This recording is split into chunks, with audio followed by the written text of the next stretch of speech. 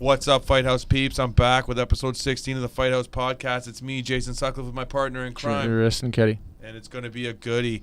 We kick things off with Brent Primus, the newly crowned lightweight champion in Bellator, and he hasn't quite been getting the credit he deserves for his performance against Mike Chandler, and he's here to talk about it. It's going to be a good one.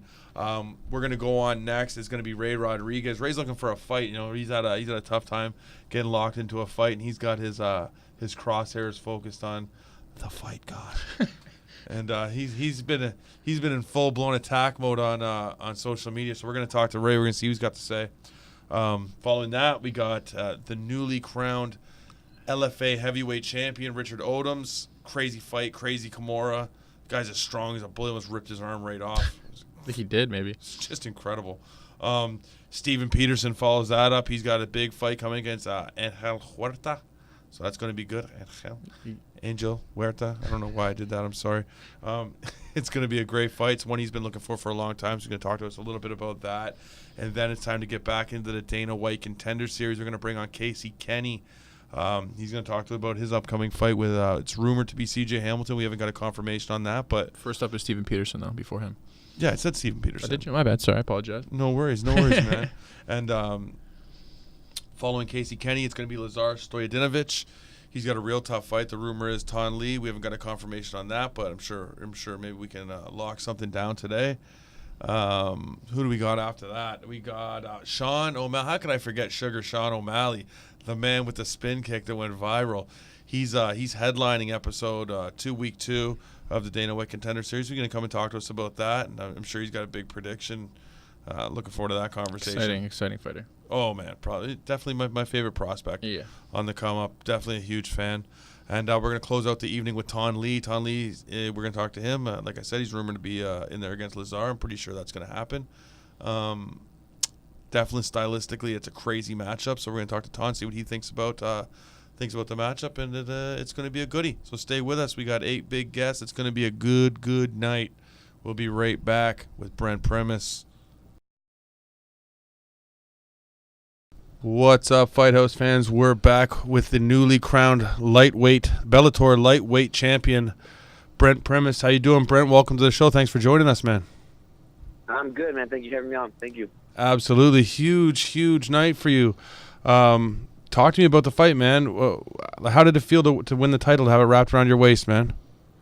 It was awesome, man. Like, it just sucks how it all kind of played out and everything, but, you know, my coach has had a good game plan for me, and we've been practicing, those low leg kicks to my switch kick to, his arms, and he throws a lot of right hands, and he puts all of his weight on his lead leg, so that's why I was kind of chopping down there. But everything worked out really well. It just sucks. I didn't really realize why I was getting booed after I won until I went back and did a press conference and came out and watched the fight or whatever, and then I saw, like, they just kept on showing him rolling his ankle and everything. But in fact, I had him hurt before that or whatever, so I didn't realize, people just thought he rolled his ankle or whatever. But yeah, it was bittersweet, and but I'm the champion, man. It feels good.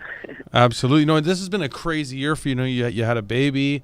At the start of the year, you were in a prospect fight almost with Piccolotti, and then now we're fresh off the grandest stage of them all, where you brought home the belt. Is it a little bit surreal to you still? Yeah, man, it really is. Just looking at the belt and knowing that everybody wants what I got, and I'm having everybody, wanting to fight me, and I'm just excited, man. I can't wait to defend that belt. It's going to be awesome. Absolutely. Do you think is it looking like it's going to be an immediate rematch with Chandler?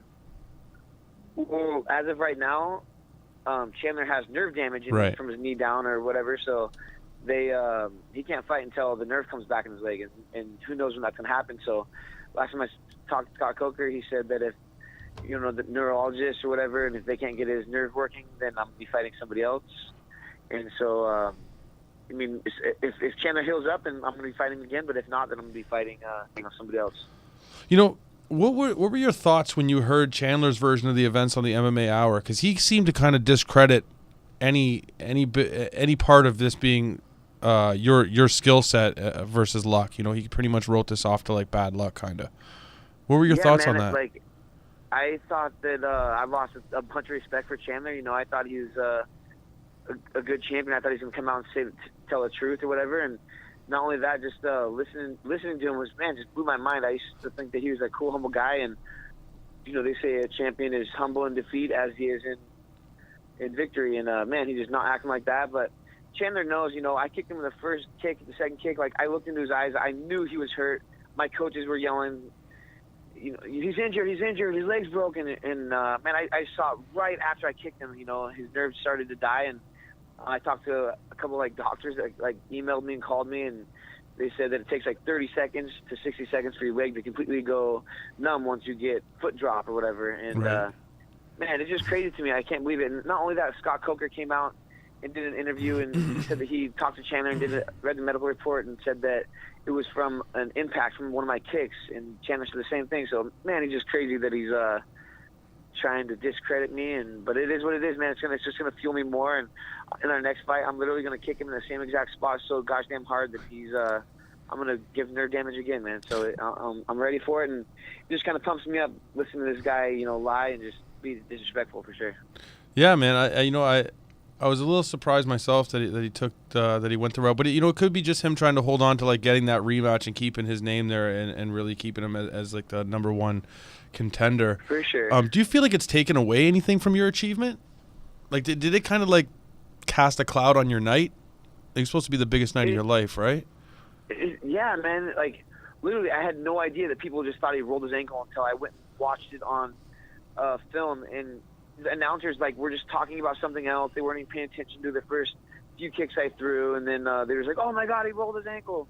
And on the big screen, they just kept on playing him, rolling his ankle. So I understood why the crowd and why everybody thought that he just rolled his ankle. But like I said, man, if you really watch that fight, you can see me kick him, and he reaches down, and then he kind of bounces back a little bit, and he comes out, and I kick him again, and he switches his stance, and I could see right then his foot was not 100%. It looked like it was hanging on kind of. He had no stability in it, and that's when my coach was yelling at me, and I tried to throw a kick, but he lifted up his leg and his foot just dropped like a limp noodle, So I mean, I had 100% know that it was my kicks, and so does he, and I guess that's all that really matters, because he knows what happened to him, and in the next fight I'm going to play that to my advantage. I'm going to do the same thing. I'm going to kick him in the same exact spot. Heading into the fight, you had a lot of respect for Chandler. You spoke highly of him. You truly went into the fight as a guy trying to shock the world. Now that you've shared even a few minutes like you've had in the cage with him, how's your confidence different going into thinking about doing this a second time as it is the first time? I'm excited, and I have way more confidence in this fight than I did before. There's a lot of stuff that was working really, really well with that my coach Oyama had me working on, and there's a couple times I have a couple good pictures of him coming in trying to throw a jab that crossed, and my switch knee landed perfectly. My knee landed in his chest. I saw a big red mark right under his pec, and so that was perfect. My timing felt good. I felt good in the cage. Everybody says, I was out for a long, long time. I might have ring rust, but I felt great, and I was thinking good, and it was cool. The only thing that was kind of crappy is 3 weeks out of that fight, I tore my rib and the cartilage in it. And so I couldn't really grapple or twist too well, or Yeah. And so I was just gonna go in there and do a stand-up fight with him, and it worked out well, Definitely. He did catch you with a right hand. How hard was that hand? It dropped you on your butt, but how hard was it, or was it just kind of like a wake up? It looks way more painful than what it actually was, because right. I was throwing a kick and I was on one leg, and so it really just got me off balance.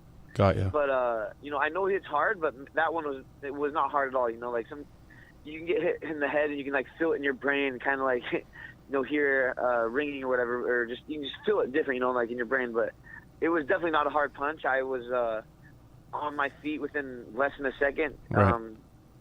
Throwing my left hook and trying to kick in his legs again. So, had you planned for the leg kicks to be such a big part of your offense? Was that part of the plan to utilize them so well? Yeah, man. I was literally throwing 1,000 kicks per leg, if not more, each day for this camp.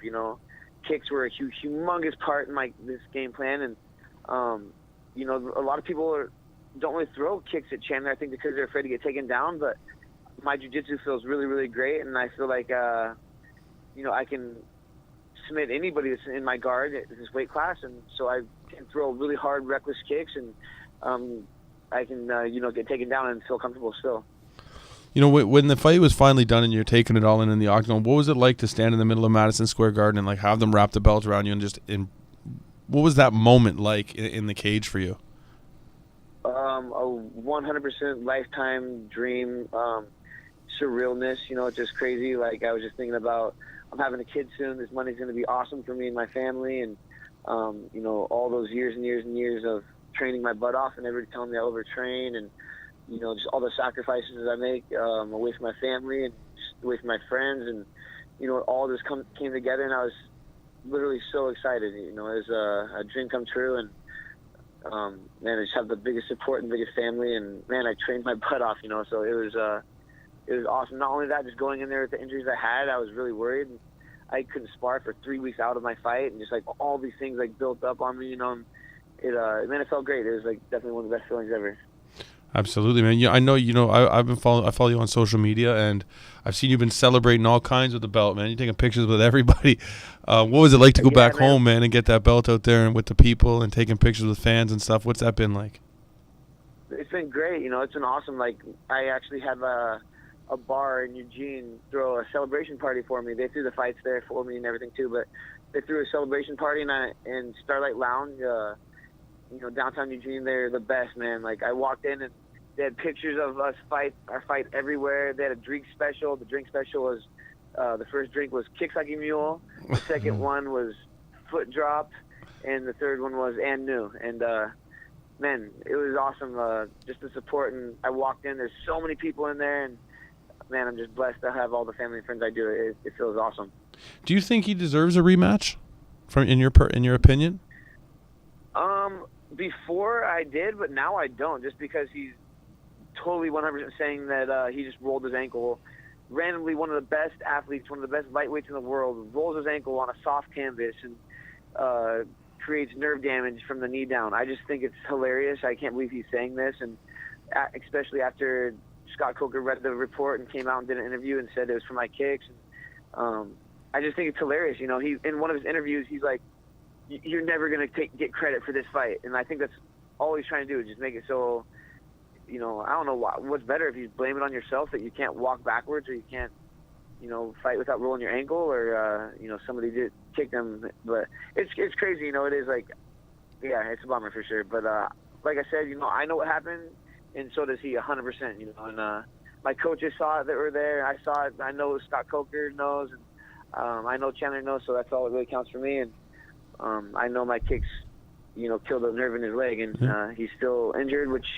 I don't want the guy to be hurt or whatever, but, man, just fight like a champion and, say what happened, the truth. I think it's a disgrace to the sport, how he's acting, sure. But, you've definitely had people rush into your defenses on social media. I've seen doctors, I've seen medical experts coming on and saying, like, no, this actually happened. I've seen other fighters come out and say, no, this happened to me too. So, I mean, there's definitely been a good number of people that have come out and kind of called that bluff, right? And said that, no, this is not what happened. Like, this is actually what the case is. And I asked you, how you felt about it when you heard him on the MMA Hour, but does it bother you that as a fighter, he just doesn't give you your props and your credit for the victory?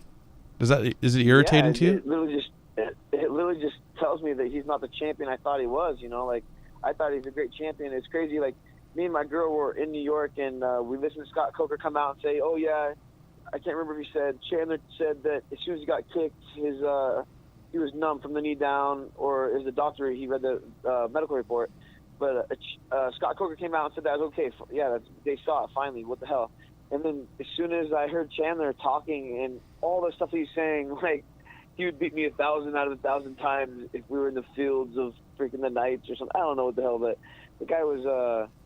Just loving himself. I think he's like just loving to hear his voice. It sounded like to me, but all the stuff he said, man, was like just crazy disrespectful, and man, I just don't know why he's lying. It's just crazy to me. Like, just take the loss like a man, and just as well as I do, 100% that my kick killed your leg. So it's crazy, man. He's definitely full of himself for sure. And like we said, we've been talking about, you went out, you've been celebrating. How long does the celebration last, man? When will you get back to work? How soon would you like to get back in the cage? When does all that start happening? Man, I was in the gym. The funny thing is, like, I went and won the belt. I went to my hotel room. I mean, obviously I drank some, celebrated with my buddies and my family, and I could not sleep that night. I woke up at 5 o'clock in the morning. I went and ran 5 miles and did hundreds of pull-ups and push-ups and all this stuff in the hotel room, and I was just high on life and adrenaline. But, man, I was in the gym as soon as I got back, but right now I can only, like, hit mitts and Thai pads. I can't really spar or grapple because my rib is still hurts really bad. So I'm just going to let my rib heal, and me and my wife are having our first baby here in, like, 5 weeks, and then I'm going to let my rib heal and hang out with my baby for a little bit, and then I'm ready to defend that belt, man. I'm already itching, too. Sweet, man. And congratulations on the new addition. It's a life changer for sure. Definitely, man. Thank you. Appreciate it. It's crazy, man. Life is awesome right now for sure. Absolutely, man. Listen, I want to thank you for dropping in and taking some time to talk to us and clear the air on what's really going on. I look forward to seeing you back in the cage, and congratulations again on capturing the lightweight belt, man. Thank you, man. I really appreciate it, and thanks again for having me on. I'm blessed, man. Thank you so much. Thank you. Always appreciate having you on, man. Thanks a lot for the time, and like I said, we'll talk to you soon. For sure, man. Have a good one. All right, later, man. That must be irritating. For sure. Eh? I think it comes along with the casual fan not understanding the sport. Like when I watched it with my dad, and when it was happening, when his legs started to give out, I was like, I wonder if the refs are going to come in, because if the refs do come in, it's over. Yeah, I mean, it's over. He won it. Like that's the end of it. I don't understand the controversy really. Like I understand it, of course. I understand why Chandler's upset, but at the end of the day, it's just like if you can't walk, how in God's name is the medical staff going to okay that? They can't. They can't. No, especially in New York. Yeah, it can't happen. Yeah, and you need to know that. You know what I mean? You need to know that going in. Like the refs they're gonna be very, very like liberal as far as stopping the fight. And to me, it would be so frustrating to be in the moment of your life. You know what I mean? That you put up the best performance, you walk out with the belt, like this is what you've dreamed of, Madison Square Garden, huge event, big pay-per-view, and then just to have kind of like a buzzkill. Yeah. Like this little overshadow, like this. And the thing that kills me is like, maybe he couldn't do that kick 10 out of 10 times, but it's not fluky. No. He's trained it. No. He's trained for it. But think about Anderson Silva's leg just snapping in half. People said the same thing. By the end of the day, like Chris Weidman knew exactly what he was doing. He checked the kick. Yeah. Like, I mean, it's a little different in that Primus was in the offense. Like, Weidman was on defense, right? Like, but it's the same as you have to prepare for everything, and if Sure. you're not ready, bad things can happen in the cage. Yeah, bad things can just go down, Like, he knew what he was trying to, like, okay, whether you succeed in breaking someone's leg or whatever, debilitating them is another story, but that's your intent. Yeah. When you kick his leg, like, you're trying to take his mobility away. You're trying to hurt him, and that's what he did. Mm-hmm. He kicked him, and it took his mobility away, which was the plan. Yeah. So it's not like luck or fluke, and I feel like a lot of people just don't know what, like, this. I didn't know what this foot drop was. Like, listen, when I watched the fight, I thought he rolled his ankle. I thought he broke his ankle. Yeah, I knew. I thought it was maybe something from prior damage, maybe being training or something like that. Right. Like, I certainly didn't know about, like, foot drop and, like, someone's leg going numb from the knee down. Like, I had no idea that would happen. Yeah. I gotta say too, Chandler showed insane amount of heart wanting to fight through that. Like, it was unreal. But at the end of the day, I mean, that's not what the medical staff can't do. It can't be on your side. Like, oh, I think you could do it. Get in there, buddy. If I lost feeling in my leg from my knee down, I would fall on the ground and cry. Other fighters have, I'm sure. I'd be like, what have you done to my leg? I'd tap out. It'd be over. Like, guy's incredible. And he put his leg out there to just be kicked over and over again. He was like, just take and that's the thing, right? A lot of guys probably have had a situation where their leg goes numb like that, but then they just fall over and they just hold their leg. Like, you've seen plenty of stoppages as far as leg kicks go. Sure. But again, Chandler's strong enough to go through it, so then the medical staff has to step in. Absolutely. I can't wait to see the rematch. I think Brent will be in a much better Primus will be in a much better place come the next fight. Like, he's gonna be so confident when he goes in there. Like, this time, whether he admits it or not, he had to be questioning himself a little bit. Like, a lot of people felt he had no business in that fight. But he proved otherwise. He looked a little bit like he was getting more comfortable as the round was going on. But but when he goes in there next time, he's gonna feel like a champ. It's true.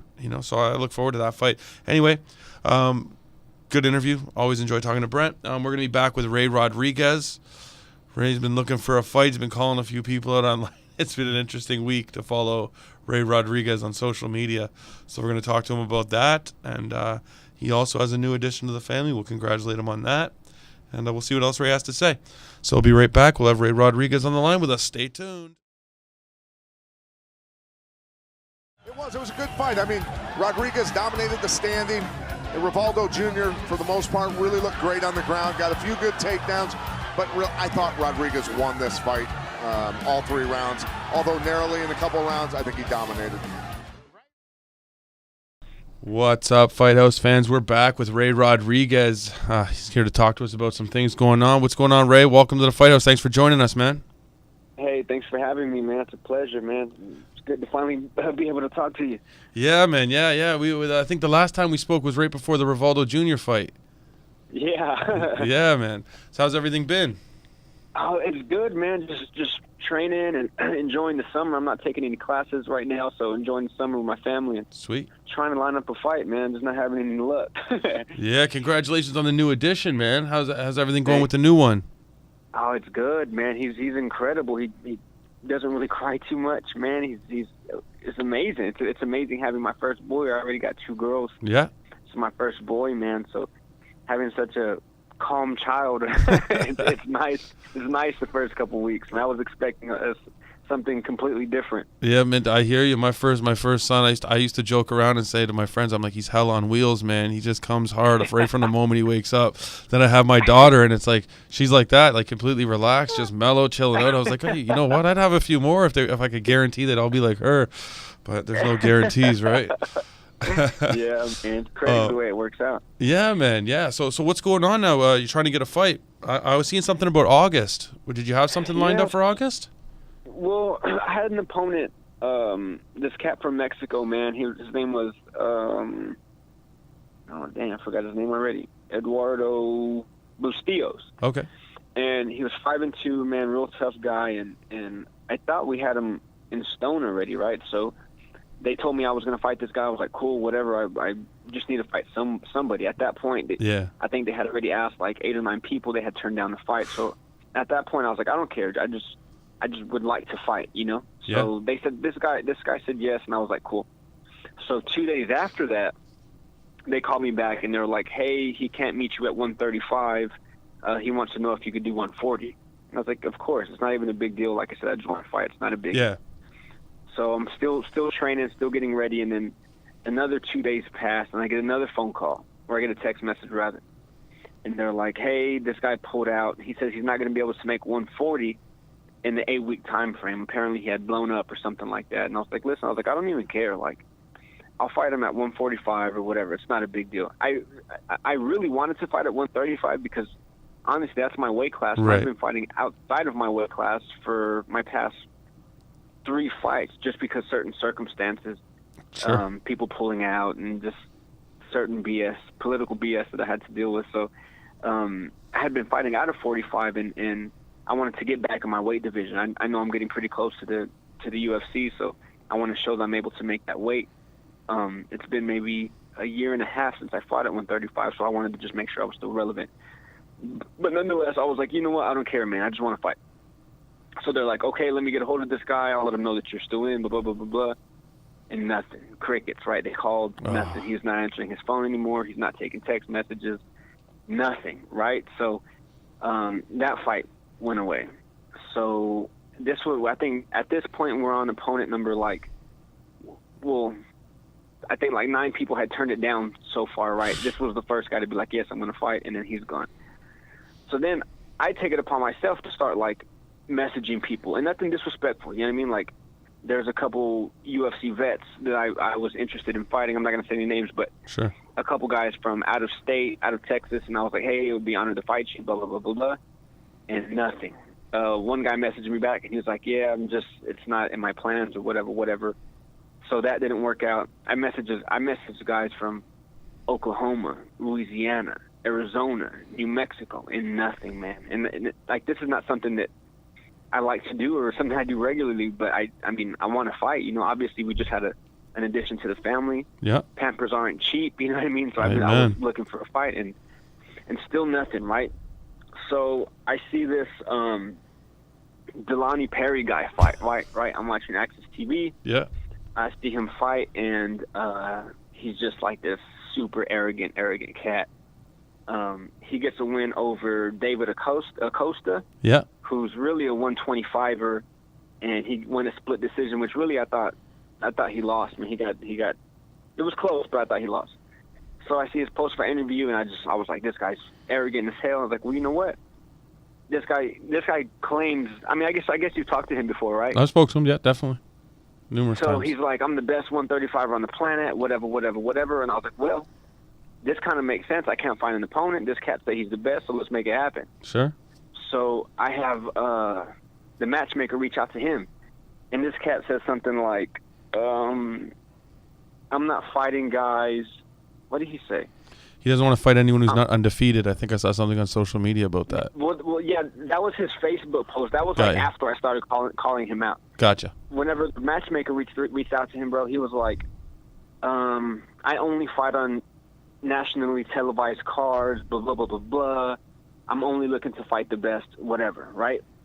So Okay. still, I didn't want to press the issue. Like, I already kind of didn't like the cat because the comments he was making. He made these, like, ridiculous comments towards the whole 135-pound division. You know what I mean? Yeah, Like, he did on my show. He had a lot to say about anybody that weighs 135 pounds. it's insane to me. Like, this cat is like I almost feel bad calling him out. You know what I mean? Like, he's a subpar fighter who's kind of fought no good guys, minus David Acosta. Like, David Acosta's a good cat, but he's fighting subpar guys and barely squeaking through and getting a W, and he's like, I'm the best, right? So he messages her that back, and the matchmaker, and he was like I said, I don't want to fight anyone who, or I don't want to fight if it's not a nationally televised card. I've only fought televised cards, right? Okay. So at this point, I was like, you know what, man? Can I cuss on the Yeah, can I cuss on the do your thing, man. I was like, fuck it, man. I was like, you know what, man? Let me put this dude on blast, right? I see. So I put, oh man, and I'm gonna start slowly pushing more. I got a lot more, man. But so like that's just the beginning, man. Like, this guy has and I'm gonna get to another thing here in a minute. This guy, he has so much to say that, like, it's crazy to me, all the stuff that I put out, that he hasn't come back with anything, man. Like, I put, for the people who haven't seen it, like, I put I replaced Forrest Gump's face with Delani's face whenever he's running, with a picture of me in the background, right? Like, he's running for a fight. I also put a meme saying, like, whenever the judge calls me out, and it's just Forrest Gump running, right? And nothing. I haven't heard nothing, man. A couple minutes after I put that out, that's when he put, hey, I'm only fighting undefeated fighters, blah, blah, blah, blah. Yeah. And at this level, man, like, you can look up, it's like on Tapology thing, there's not a lot of people who are undefeated at the higher echelon of the sport. You know what I mean? So to me, that's his way of being like, I'm not going to fight anyone tough. You know what I mean? Sure. Yeah. So, One thing that I have to ask you, though, at 3-0 as a pro, I don't feel like he would do a whole lot for you. So I'm just curious, like, why that fight interests you. Is it something? Is it just a personal thing? Like, you just don't like him the way he puts on? He's 5-0, isn't he? Or 4-0, 4-0 actually. Sorry, I apologize. I forgot that win over Costa. I thought he was 5-0. He's 4-0. Oh well, I mean, even at 4-0, he's created enough buzz for people to know who he is. You know what I mean? He's not like a 4-0 who's a quiet guy, doesn't really shake anything up. He says enough to where people are like, I know who this guy is. He's a jackass. You know what I mean? So, and he I think he's ranked pretty high. Like, in the state of Texas, Acosta was number 13, and he beat Acosta, so that has to put him close to the top 10. So it's not like I'm calling out a guy who's 1 in 13. Right. You know what I mean? Like, he's relevant. He has a big name. I mean, he has a big name because he has a big mouth. So, so let me see. Where was I at? So I put this. Oh yeah. Okay. So I had never even, like, looked up his stuff, right? Like his Facebook or Instagram. So after I post all this stuff, man, he took it down. But I'm not lying to you, man. I'm not lying. He had this video. I guess he's on vacation in Miami or something. Okay. And he posted a video. He's fighting this bum, like a hobo, on the streets of Miami, man. And he's beating this guy up. He almost knocks him out. Like, I think the tag was, whenever someone calls you out in front of your girl, or calls you out, something like that, your girl or something like that. And, like, so that he has a video. So to me, he planned something like, he has someone video recording him. He pushes this bum, a bum, man. This cat had to be like 60 years old, older gentleman. He pushes this guy. They both have their shirts off. This guy comes back to him. He's an old man, and he clips him. Pop! He hits him with the right hand and almost drops this old guy. Like, he blasts this old man in the face. Jesus. Old man kind of shakes it off. He comes back, and then that Delani cat's just like shuffling back, throwing like inside leg kicks and like trying to throw spinning kicks at this old guy, man. And to me, that was just like, you have to be a low life motherfucker to do shit like that. You know what I mean? Like, people go to jail for that. You know, and I was just blown away. I was looking through the stuff. It was me and my wife. Wow, I and haven't I seen the showed her video. this, and she was like flabbergasted as well. She was like, "Is this real?" And Crazy. I mean, he it's crazy to me, man. Like, that's crazy. Did you see that on his Instagram? I didn't see it, man. To be completely honest with you, this is the first I've ever heard of it. And he took it down. Bro, yeah, instantly. So what was funny? I should have commented on it because this was a couple hours after he posted, "I'm only fighting undefeated fighters," Right. blah blah blah blah blah. And now he's fighting a hobo on the streets of Miami. Like, what are you doing, dog? You know what I'm saying? Like, Fair enough. like, what are you really trying to do, man? It's crazy to me. And I think he came to his senses. Like, I mean, he's not a dumb guy. He has to have some business savvy to have generated enough buzz, right? Sure, he definitely. So he posted this video. He says, "I'm only going to fight undefeated fighters," and he knows someone's going to catch on and say something slick, which I should have as soon as I saw it. But Yeah. that's sickening to me, man. Like, I don't know. Like, Yeah, what that's do you crazy. get out of that? Fighting people bums on the street. You know what I mean? Like, it was crazy to me, man. So Man, I gotta say, if I was in your guys' shoes, I'm not fighting anybody for free. yeah, you know what I mean? Nobody, I'm trying to get you know? paid. If I'm Yeah. throwing any punches, I better be getting paid. Amen. There's you a know? check getting cut if I'm throwing punches. Definitely. Yeah. It's crazy to me, man. It's so crazy. So all these posts, I put these posts out. I have there's a couple more. So the reason why I stopped is because we potentially have this guy from Mexico Okay. who might sign 7-0, finishing good, decent guys. He's never fought in the States, finishing guys in Mexico. So Right. I talked to the guys at Iridium, and they're like, if he's interested in doing it, do it. Like, there's nothing better than beating an undefeated Sure, prospect from definitely. another country. Definitely. But I don't know. I don't know where that stands at. This was like 2 or 3 days ago, and I haven't heard nothing. So it might be back to the drawing board, man. I mean, it's got to be tough, frustrating man. for you, man. You're right on the doorstep. I think, what are you at, 7 in a row, 8 in a row?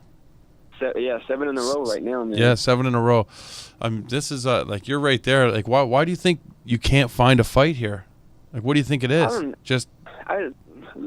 Listen, I'm not going to say everyone's scared to fight Ray Sure. Rodriguez. Like, that couldn't be further from the truth. There's certain guys who are like high-level guys who already have stuff lined up. Like, there's Right. a big legacy card in Dallas. You have a lot of killers fighting on that card. So I'm not saying that all these fighters are scared to fight Ray Rodriguez, but there is some. Like, there is some top-level guys, and I don't want to put out any names, but top-level guys who want nothing to do with it, man. And it's frustrating to me because I feel like there's some guys who are also on the doorstep, and to beat a guy who's on a 7-1 streak like me could potentially put him in the position to be into the UFC. And I feel like guys are protecting their record too much, which I understand it's a business, man. Like,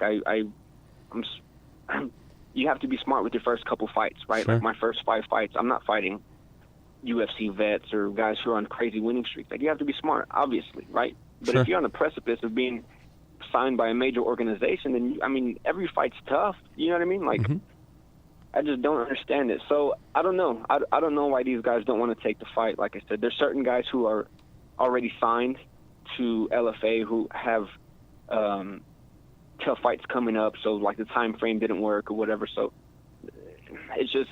I'm just in a bad position to where it sounds shitty to say coming from my own mouth, but like, I'm a victim of my own success in certain regards, you know? Sure. You know, it happens. It happens to a lot of people, man. I've heard a lot of fighters make these same these same statements. You know, I talked to Great. Colby Covington not that long ago. He had the same issue. He was like, I can't find anyone to fight me at welterweight. I've talked to a lot of guys that they say the same thing. You know, it's you're definitely not the first guy to go through that problem. It sucks, Were you man. surprised when Delani didn't take the bait? I mean, this is a guy that Yeah. talks a lot of shit. Like Hey. he's probably one of the biggest shit talkers I've come in contact with. He's super entertaining, and to be honest, he's a pretty nice guy. But I was really surprised he didn't take the bait. Bro, he hasn't said anything, like nothing. Like, and another reason, like I told you before, another reason why I did this was not just because I don't like the guy, but I don't have an opponent. He's the type of guy who talks so much shit. I figured, listen, I could say enough stuff to where this guy's gonna be like, well, fuck it, I'll take this fight, and then he's already said it. Yeah. You know what I'm saying? He could be backed into a corner and be like, damn, even if he doesn't want to fight me, he's already said it. Now he's in a position to be like, well, damn, let's fight Ray Rodriguez, and it's a business, you know what I mean? Sure. There's a lot of thought process that went into calling out this cat. It wasn't just be like random. This guy talks a lot of shit. Let's call him out. Yeah, no, I'm sure there was some definite strategy behind it for sure. So yeah, it's crazy to me. It's so crazy to me, man, that he hasn't said anything. Yeah, not one word, and that's true. To be honest, man, I was shocked when I saw when I saw you put out the first meme. I was like, oh man. I started watching because I was like, this is gonna get entertaining because I've followed some of his back and forth on Facebook and social media, so I know how he could get, and I was really, really shocked. I was like, oh, this is gonna get interesting, and then nothing. So you weren't the only one who was surprised, man. It's crazy, and I was waiting for him to fire back. Cause listen, I got an arsenal. I got a buddy who does these, man. Like I was in the military, and I don't want to put him on blast, but he was just like the ultimate roaster, right? Like if you ever said anything that could potentially, like, he would think you were making fun of him, he would just go to town. These like crazy memes, or like he's good at that kind of stuff, right? Yeah. So I hit him up and I was like, listen, man, I might have to victimize someone pretty soon. And he's like, say no more, fam, right? So he was like, he sent me like 4 or 5, like, listen, we got an Apocalypto one coming. We got a dodgeball one coming. I see the dodgeball one. Oh, did you see that? When he's like Zoolander, right? Or like whatever his name is, moving sideways. It's like when Ray the Judge wants to fight you or something like that. You're like leaping out of the way. I did see that one. You know what? Crazy. Like, one thing on a little bit more serious note, man, before I let you go, is like, you know, when we talked the first time before the Rivaldo Jr. fight, we had talked a little bit about, you know, your time with Donald Cerrone and how he had really kind of schooled you on like having a well-rounded life, like not just focusing everything. And how important is that becoming now as your life moves forward, and you know you're adding kids to your family, and your family, your system's growing there. How important is that starting to come into your life more so than before? It's huge, man. We kind of talked about it a little bit before on the last time we talked, but like I said, prior to me going to New Mexico and stuff like that, I was still kind of new to the sport, and I was the type of guy who was just like, I need to focus on MMA and nothing else matters, right? Like I need to be in training 8 hours or whatever, 6 hours out of the day, blah, blah, blah, blah, blah.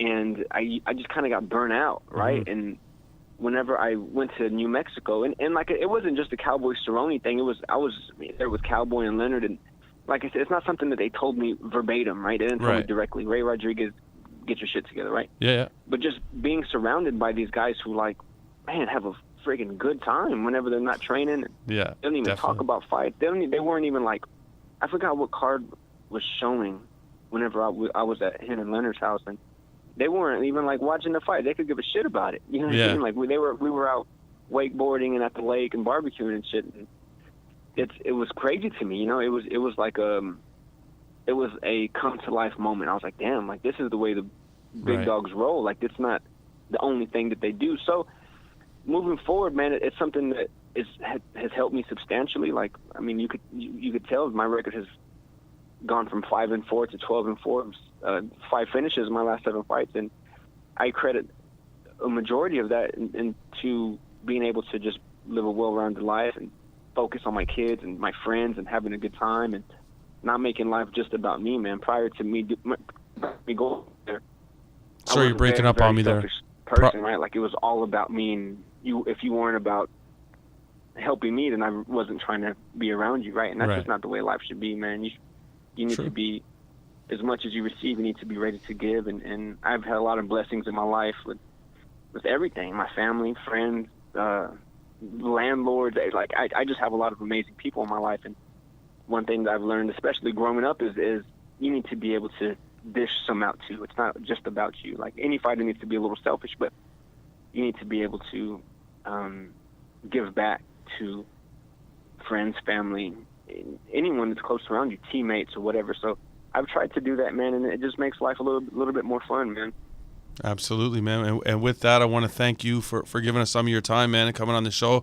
It was great to finally get you on, man. I know we through scheduling and stuff, we weren't able to make it happen sooner. We tried a couple times, but thanks for joining us, man. And hopefully we can do it again. And hopefully you get a fight soon and we can get you back in the cage. Absolutely, man. Anytime, brother. I appreciate it. Yeah, absolutely, man. Have a great night, Ray, and all the best with the family, man. Oh, all right. All right, bro. Peace, man. I feel like we're missing out on epic trash talk, you know? Yeah, man. I'm disappointed in Delani, though. I hear that's awful.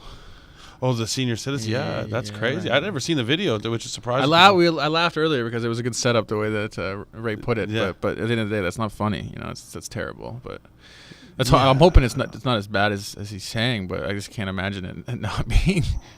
I don't understand. Yeah, a trained martial artist and an old man. I don't care really. I don't know the story. I don't know. Yes, it's hard to save. Yeah. Hopefully, you know, it's not to that extent. It's not that extreme. Let's hope. Yeah. But you know, on a brighter note, back to MMA. Yeah. I'm super surprised that Delani didn't take the bait. I was surprised when I saw the first move. I thought, oh, here we go. Yeah. He hasn't. I think it's a calculated move by Delani. Mm-hmm. To be honest. Yeah, I think that he's not stupid. He knows. No, he's not dumb at all. No. Like, you know, it helps him when guys like this talk his name and stuff like that, right? But he's at a point where he's got to, if he really wants to, like, if everything he's saying is true and he wants to do this and get out and like blah blah blah, he has to pick his fights carefully. Yeah. You got to pick fights that are good for you to take. Yeah, right? Look at Connor. Same thing. You got to pick them appropriately, and I don't know if Ray Rodriguez is an appropriate pick right now. No, he's definitely hungry for sure. His win streak's longer than Delani's career. It's true. You know, he's been in there with a lot of tough guys. Yeah. So I'm not saying Delani can't win the fight. I'm just saying there's easier paths to your goal. Well, let's see if we can get him all riled up. Maybe you can get him on Instagram with his friend who specializes in memes. I love it. He's like, I got way more. That was awesome. So, you know, great conversation with Ray. He's a super good guy too, man. I talked to him, like I said before, his last fight with Rivaldo Jr. and always have a good conversation with him. He's a pretty relaxed guy, so definitely entertaining dude. With that, we're going to be back. We're going to have Richard Odoms, the brand new LFA heavyweight champion. We're going to talk to him about his title fight with Jared Vandera. It was a good fight. Went to the 5th round. Those guys were throwing bombs. Should be a good conversation. Stay with us. We will be back with Richard Odoms. Ladies and gentlemen, your referee, Anthony Macias, calls a stop to the fight. 2 minutes, 45 seconds into the 5th and final round for your winner by tap out due to Kimura and new LFA heavyweight world champion, Richard the Black Eagle Odoms. What's up, Fight House fans? We're back with newly crowned LFA heavyweight champion Richard Odoms. Welcome to the Fight House, Richard. Thanks for joining us, man. Welcome back. Doing good. Huh? Good, man. Good. Great performance, by the way, in the fight, man. Huge accomplishment. What were you like heading into the fight, man? Did you have nerves or anything heading into the title fight? Yeah, like I mentioned during the interviews and stuff, we had a brother officer that died over, or got killed by some suspect that just happened to be driving around or whatever. So he wanted to target a police officer, so I guess he targeted him and another officer. So we had 2 officers that got shot and 1 officer died.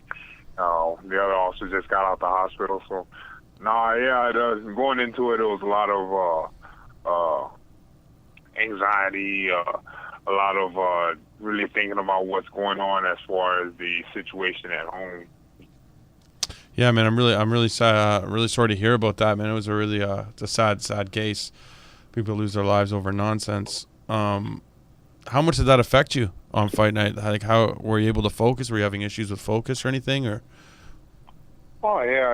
I focused at the task at hand, so no, it wasn't a big thing, but it was something that was weighing on me pretty hard. But come fight time, it was go time, so it was good to go. Absolutely, and good to go it was. You had a great fight, man. How did it feel when they wrapped the belt around your waist? What was that moment like for you? It felt good. You know, it was something that I accomplished, something that I set forward, and was able to accomplish. So, you know, you can't say anything bad about it. It was pretty good feeling. Definitely, man. At this point in your career, how big is a win like that? You know, you're at 42. You know, you're by no means a spring chicken in the sport, but you know, you got some good fights left in you. But at this stage of your career, how big was a title win like that? It was huge for me. As far as my career and things like that going on, I feel like the performance that I had last night was a coming out party. Basically, everything that I wanted to do, I was able to do. The little quirks and kinks there, but other than that, everything went smooth, no problem. When you critique your performance, how did you feel about it as a whole? If I were to grade it, I'd give it a C. Again, like there was a lot of good things that were going on, a lot of things that I could have capitalized on. Would have finished the fight a lot earlier. It was just I thought I was good. I was in the zone and everything was just working right. You know, I beat him at his game. I didn't want to fall into his game of playing things, but as far as what he's good at, what he was going to do, I was just better than him at that specific area in MMA. Was there anything about him that surprised you? Between like what you thought going into the fight, then the reality of it. No, not really. I feel like anytime that I prepare for and I get I think I got I want to say about a month or a month and a half to train for Jared. So if I can get that much time in order to train for somebody, my homework is done. I've done everything that I needed to do in order to accomplish or beat that person. As far as heavyweights right now, I feel like I can go out there and compete with any heavyweight that's out there. You know, it was a really tough fight. It was a great fight. How did you feel about the fight when you were going into round 5? Like, did you feel like you were? I said it was a good fight, a tough fight.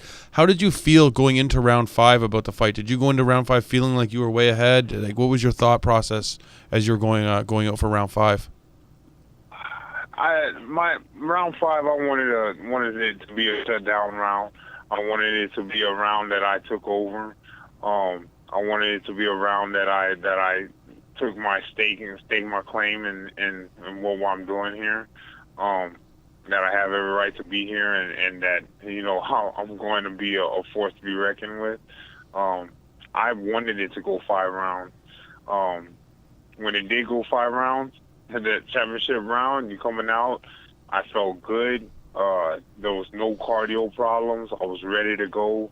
I felt like I just pushed him over the edge, and he was right there.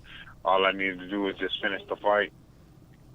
And finish you did, man. It was a great you wrapped up that Kimura so strong, man, the way you were able to take it right from a standing Kimura to the ground. Did you, when you synced it in standing up, did you realize like you really had him? Were you confident that you were about to end the fight? I was confident. I was confident that I was at least going to be able to get the setup and get it started. Mm-hmm. I had not, I wouldn't say played with him, but I had set him up for that situation several rounds in a row. So I was grabbing that arm. I was separated away from his body. He was fine with it. Again, because I don't have a lot of submissions under my belt, a lot of people tend to let that go. So they think that's something that they don't have to worry about. I'm very good on the ground. Yeah. So with that being said, you know, I kind of lured him into that situation. There were rounds in beforehand where I was able to separate the arm away from his body, and he allowed me to do so. and then he was trying to fight my arm off of his. That was good, and then kind of played into it. Going into that 5th round, I knew that I could do the same thing. I knew that I could go for that Kimura. And if he was able to defend it, it would have set me up for a good takedown. Takedown would have moved me right into a submission or a ground and pound situation. So with that being said, I felt that was the right route to go. You know, at this point of your career, an LFA title is seeming like a golden ticket to the UFC. At least gets you your foot in the door, an opportunity of some kind. Do you feel like you're there, like you're knocking on that door? Is that still a goal of yours? Yeah, I feel like I'm there, but you know, at the same time, I'm not somebody who's dying to get into the UFC. You know, I've made the UFC. I've become one of those fighters that elite amount of fighters that was in the world. With that being said, if I'm classed with them, great, fantastic. If I'm not with them, it doesn't really faze me any. Mm-hmm. I feel like that I'm going to do what I need to do either outside of UFC or in UFC. You know, it doesn't matter to me. I'm going to stake my claim, and it'll be a hard case to keep me out of UFC, even at that. But I feel the age barrier is something that I have to overcome and things along those lines. But hey, I'm fine with not being in UFC if that's the case. Well, yeah, I mean, you have a great career outside of fighting. It's not like this isn't your bread and butter, right? It's more about like, I'm assuming the competition is what drives you. Yes, sir.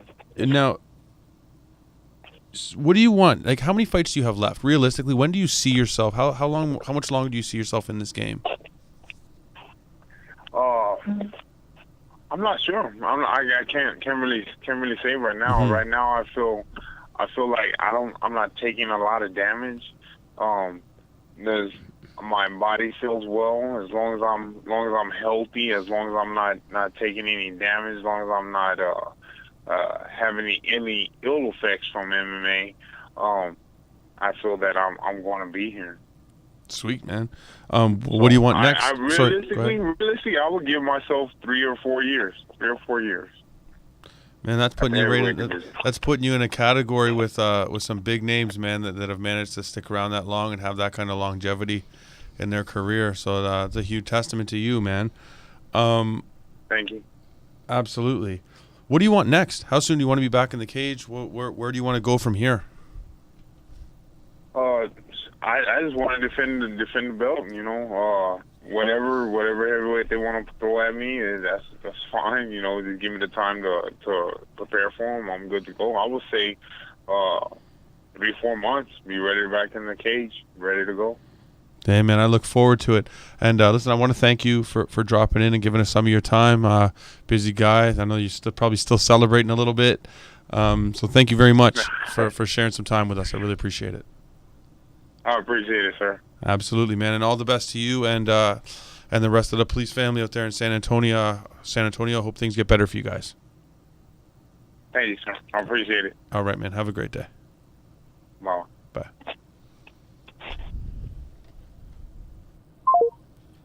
It's been depressing.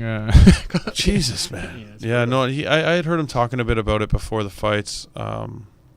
Sad, really. People being targeted, you lose your life. You know, we a lot of times I think like we talk like police, or we put this like this label on people, but all we're doing is kind of like dehumanizing. Like, he's a human being. It's true. Someone that was taken from their family, someone whose kids aren't gonna see them. You know what I mean? You see all the cop videos. You see people shooting people. You know, and you're like, how could you pull a gun on somebody? But then you don't see the times when everybody just pulls a gun out, and starts shooting, firing from a car. Yeah, you don't see that, so you don't understand how. I feel that way about everything, man. You know, like I feel that way when we see. You know, even when we're watching the news and we hear it, it's like it's so cold. It's so everyday now. It's like a play. It's like a theater. Like we don't ever humanize it. We don't ever think like that's a human being. That guy just. his family's doing without, you know, blah blah blah, whatever, right? Not blah blah blah. You know what I mean? Yeah. Like whatever. You know, I think we do it with a lot of things. I think we do it with money too. Not to get too far off track here, but it's like people throw out numbers like, oh, you know, we $4 billion in aid. It's like $4 billion. Yeah, you can stack ones to the moon. It's like, do you know how much $4 billion is? Like, what are you talking about? You know, I feel like all times we don't see it for what it really is. You know, it's like if I put $4 billion in front of you, it would take him an entire room. At least he did win the championship. At least he's a new world champion. Yeah, and he's in a good spot. I mean, when you look at Trevin Giles, he's fighting next week, this weekend, and he's a light heavyweight. As soon as you start going up that ladder in the heavier weight, it's harder to find guys. So if he just sits around, he doesn't have pressure. He can you know, just sit around, wait for a solid opponent, and who knows? I mean, if somebody drops out in the UFC, he gets his shot. It could be next week. It could be 2 weeks. And that's the good part about heavyweight, right? Like he's just got to stay. Exactly. He's got to stay in fight shape. Yeah. He doesn't have to worry about a weight cut. Like he doesn't have to worry. And you know, I'm so curious. Speaking of Trevin Giles, to see how that goes. Yeah. He's got to fight at light heavyweight. He's a small middleweight. It's true. Like he's not even a huge middleweight. Yeah. So for that guy to make the jump up to, like, I remember the first time I spoke with him, he had said like welterweight isn't out of the question. Wow. Like he doesn't like to cut weight. He doesn't like to do a whole lot of that. Yeah. So he wouldn't do it, but he said it's within reason. Like it's not like it's. Yeah. Other guys are doing it. And luckily for Odoms, as you get the heavyweight division is notorious for you can go a little longer in your career. You know, you can get that old man strength, that old man power. Right. Yeah. You know, it just depends, right? Like how long you're in it, how many knockouts you've taken, how many whatever, right? It's interesting. Always like you know, another good conversation down, and that's 3 good ones today. I've been enjoying the show. Next up, we got Steven Ocho Peterson. Gonna have a good talk with him. He's got a fight coming up with Angel Huerta, Angel Huerta. I'm sorry, at LFA 16. So I'm looking forward to that one. We'll talk with him. We had him on a few weeks ago to announce the fight. We'll see how he feels about it now that we're closing in on the day. So we'll be back. We'll have Ocho on the line with us. Stay tuned. What's up, Fight House fans? We're back with Steven Ocho Peterson, who's getting ready to square off with Angel Huerta at LFA 16. What's going on, Steven? Thanks for joining us here at the Fight House, brother. How's everything going? Going good over here. I appreciate you guys having me on. Absolutely, man. Pleasure's ours. How's things been, man? How's the camp going? How's prep coming? Camp's going great, man. Just working on all the holes in my game, constantly trying to get better, and focused on the task ahead. You know, one thing is I'm always interested when fighters go up in weight. How's the training camp differ when you're up in weight and you don't have to concentrate so much on diet? How are things different? Really not much different. I get more protein, get more carbs. Normally, I kind of have to deplete myself right now. Yeah. In order to make the 35. But at this point, I'm just eating real clean, just like I would if I was, starting my camp. When I fight at 35, I start eating clean. But 45, I've eaten clean, but I don't have to cut out a lot of the carbs and a lot of the, cut down on my intake. I get, a good amount of fuel, so seem to have a lot more energy. Absolutely, man. I think I'm excited to see how you look at 145, man. I think it's going to be a good choice for you. You guys, on top of your training and stuff, you guys have built a little fortress of killers over there at Fortis, man. I follow you guys, most of you guys on social media. Got a room full of killers over there. How much improvement are we going to see in you on the at LFA 16 compared to your last fight with Higo? Man, a world of improvement. It's been 6 months since then. Yeah. I've been working on my speed, my timing, just my overall game. Really, that fight kind of opened up my eyes to, I've been, on a high level for a long time, but I was beat to the punch in that fight. He was a lot quicker, and so that's made me really focus on my boxing and my head movement and, not getting hit as much. And one thing is, you're not going to need any extra motivation for this fight. This is a fight you've wanted for a long, long time. As it's approaching now, how good does it feel to know you're going to get your 15 or less with Angel, considering how long you've wanted this fight?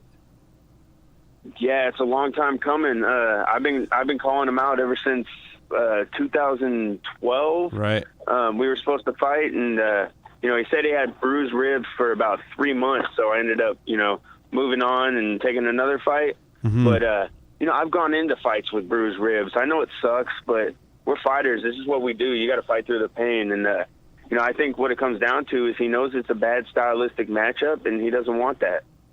Maybe he's been working on some of the holes in his game, but I'm constantly improving, so I don't think anything he's done over the last couple of years will be able to close the gap. Speaking of that gap, like you guys started relatively the same time. I actually think you guys made your pro debut on the same card, did you not? On the same exact card, yeah. Yeah. Since that point, I mean, if you consider that the start point, you've been a lot more active than he's been. Do you feel like that's going to be a factor, just the work you've put in? Definitely. I've gotten in the cage with, I think I've had twice as many fights as him, and I've been fighting a lot higher level of opponent than he has. He's taken a lot of easy fights, and I don't take the easy fights. I always try to fight the best opponent in front of me, or the best opponent that whatever organization will hand me. I'm trying to get these belts. I'm trying to work my way up to the UFC, and he seems to just take the fights that are easy wins. He, doesn't have the only one that comes to mind is Matt Hobart. That's the only real tough fight that he's taken, and he lost that one. So, I think it'll show on that night. I've learned a lot of lessons. He hasn't fought the right opponents to learn those lessons. So, I'll be a much more polished fighter. And he's got some good tools, but he's a lot more rugged than I am. Mm-hmm. He's missing a lot of parts to his game, and that's what I tend to expose. There's a lot of times passed since you guys were first supposed to meet. Let me ask you: is this fight business, personal, or both for you? It's always business. We're here to make money. This is our sport. Mm-hmm. I try not to make it too personal, but there is some animosity there just because of the fact that he won't fight. He's been dodging me for so long, and it just, I feel like there's some real fighters in this game, and then there's the wannabes out there, and I feel like he's one of those wannabes that just wants to get the easy wins, and I want to expose him. I want to expose him for what he is, and just make it a brutal fight. When you visualize the fight, how do you see this fight going? How do you see yourself ending this fight? He's not going to last more than 3 minutes. 3 minutes. I'm going to put the pressure on him from the start. I'm going to show everybody why he's been scared to fight me. I'm going to put the pressure on him, and he's going to break. He's going to be begging for the ref to stop the fight within 3 minutes. Why do you think he took the fight this time? Like, if he's been dodging you, why now? Why take the fight now? Maybe he saw some things in that high-go fight since I did take a lot of damage. Mm-hmm. He's definitely a dangerous striker, and maybe he saw a couple of things that he might be able to exploit. But when I show up on the 14th, I'm not going to be the same fighter that he saw 6 months ago. I'm going to be a whole different, new and improved Ocho. Definitely, man. This is what I'm really looking forward to. I've been I felt like I follow you on a lot of social media and stuff, so I know you've been putting in some serious work over there at Florida Strength and Conditioning and all that stuff. Oh man, how cold is the cryotherapy, man? I think it gets about 250 below zero. It's really cold. Like, you get in there and you start shivering from the start, but about a minute in, you kind of go numb, and then I just find that happy place in my mind. It's 3 minutes long, and then when you hop out, you feel like totally refreshed, like you hit that reset button. Nice. Yeah, I've been meaning to ask, man, and I know that you're a guy that does it regularly. Like I said, I follow you on social media, so I wanted to get that question out there, man, because it looks uncomfortable. Yeah. I got to be honest. Hey, it's much better than an ice bath, though, because you're not all wet, Fair. What do you want next after this fight? Where do you go after this one? Man, I'm trying to get to the UFC, and I'm trying to fight the best in the world. That's that's what I've been after from the start. They got that new show called The Contender. Yeah, the Dana White Contender on series. Fight Pass. Yeah, we got a couple of teammates on that, and I'm Dana White. Give me a call, man. I'm ready to go. So all I need is a shot. Give me a chance, and I'll go out there. I'll show you what I can do. You know that I think you'd be a perfect fit for that. Now that you bring up that show, like that's kind of like built for you, kind of like a guy like you in your position, because you've kind of done everything you could do. I feel like it's one of those shows where you go on there and you show them what you're made of. Like it's not like The Ultimate Fighter. It's more of like an actual bout. Right. So having a real bout in front of the right people, they'll see what I'm capable of, and I won't let them down. Does it frustrate you at all, man, when you see what you've accomplished, like through some of the real elite feeder leagues and some of the other regional scene that you were on and stuff, and you know your successes, and then you see people kind of getting their shot in the UFC with a fraction of what you've done? Does that irritate you? Definitely irritates me, but this world's not fair, Sure. I see some guys that they go out there and they fight some cans, some chumps, and they get a couple wins and they get the call. And, I feel like that's what a lot of guys in my position would do, being that I was so close. Mm-hmm. If I would have beat Heigo, I'd be in. They told me go get 1 or 2 more wins.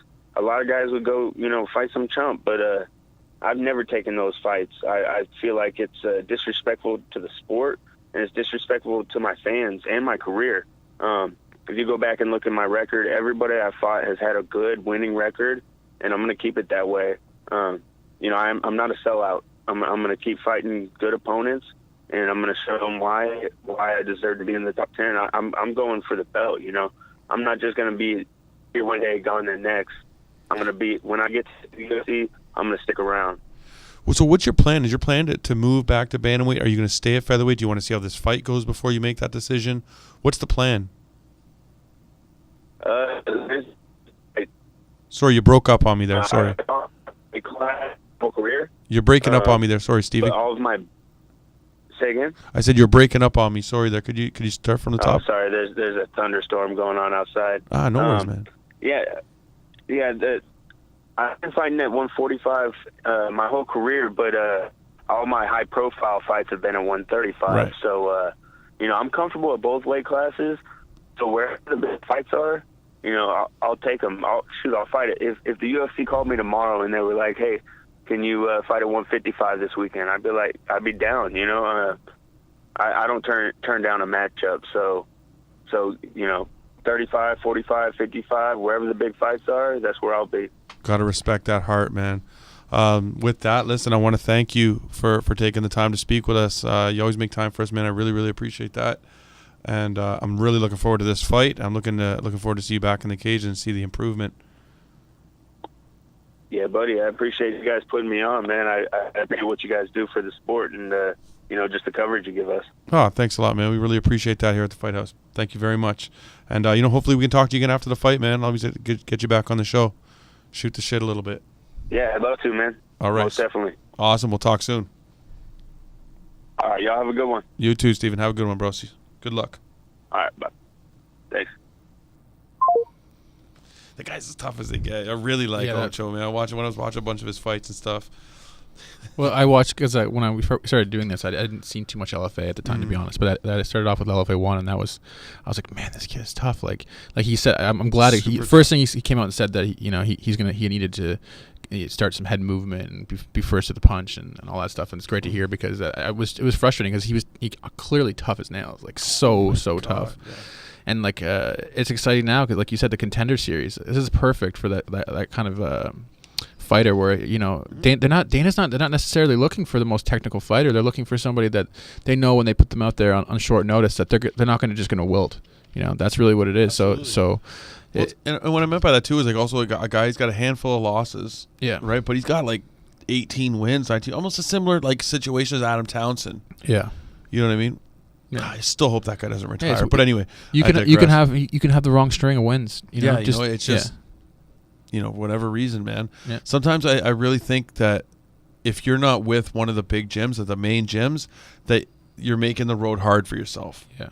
If you're not with Jackson, if you're not with Duke Rufus, if you're not with AKA, if you're not with American Top Team or Black Zillions or one of these really high-profile gyms, that you're just making that road difficult for yourself. That's kind of how I feel. True. I see guys coming out of these camps with 2 wins. Yeah. 3 wins, and it's like they've been, Yeah, it's weird with Sean Shelby and those guys, what they see. Like, I would really like to sit down with them and hear, how they go through the process of picking who they I think it's just a business, man. Yeah. You know what I mean? I think they're all in it together. I think these gyms, I think it's all cahooted. It's not, call me a conspiracy theorist, but I feel like what makes money for me makes money for you, and it's just good business, and it makes sense for you to promote our fighters and pull our fighters from the gym. For sure. Money makes the world go round. Amen. Yeah. Right. Anyway, I don't want to turn into a conspiracy theorist here on the show, but great conversation, man. I look forward to Ocho's return to the cage, and we will be back with Casey Kenney, who will be premiering on the Dana White Contender Series Week 2. We're going to talk to him about that opportunity. We'll be back with Casey Kenney. Stay on the line. Judge Chris Flores scores the bout 29-28, Kenney. And Judge Dennis O'Connell scores the bout 28-28, a split draw. Well, Judge Frank and Judge O'Connell should be ashamed of themselves. What absolute muppets. How do you call silver one guy and the other guy gives it a draw? What's up, Fight House peeps? We're back. We have Casey Kenney on the line. He's getting ready for his slot on the Dana White Contender Series. What's going on, Casey? Welcome to the Fight House. Thanks for joining us, brother. Hey, man. Thanks for having me. Always a pleasure to be on the show and join you guys. Thanks a lot, bro. Thanks a lot. Man, good news coming out with the Dana White Contender Series. How'd you find out about it? My manager just shot me a text and kind of sent me the full contract. Well, not the contract right away, but, the matchup and everything like that and what it was. And I was like, of course, yes, I want to do it. Absolutely. And, it's been game on since then.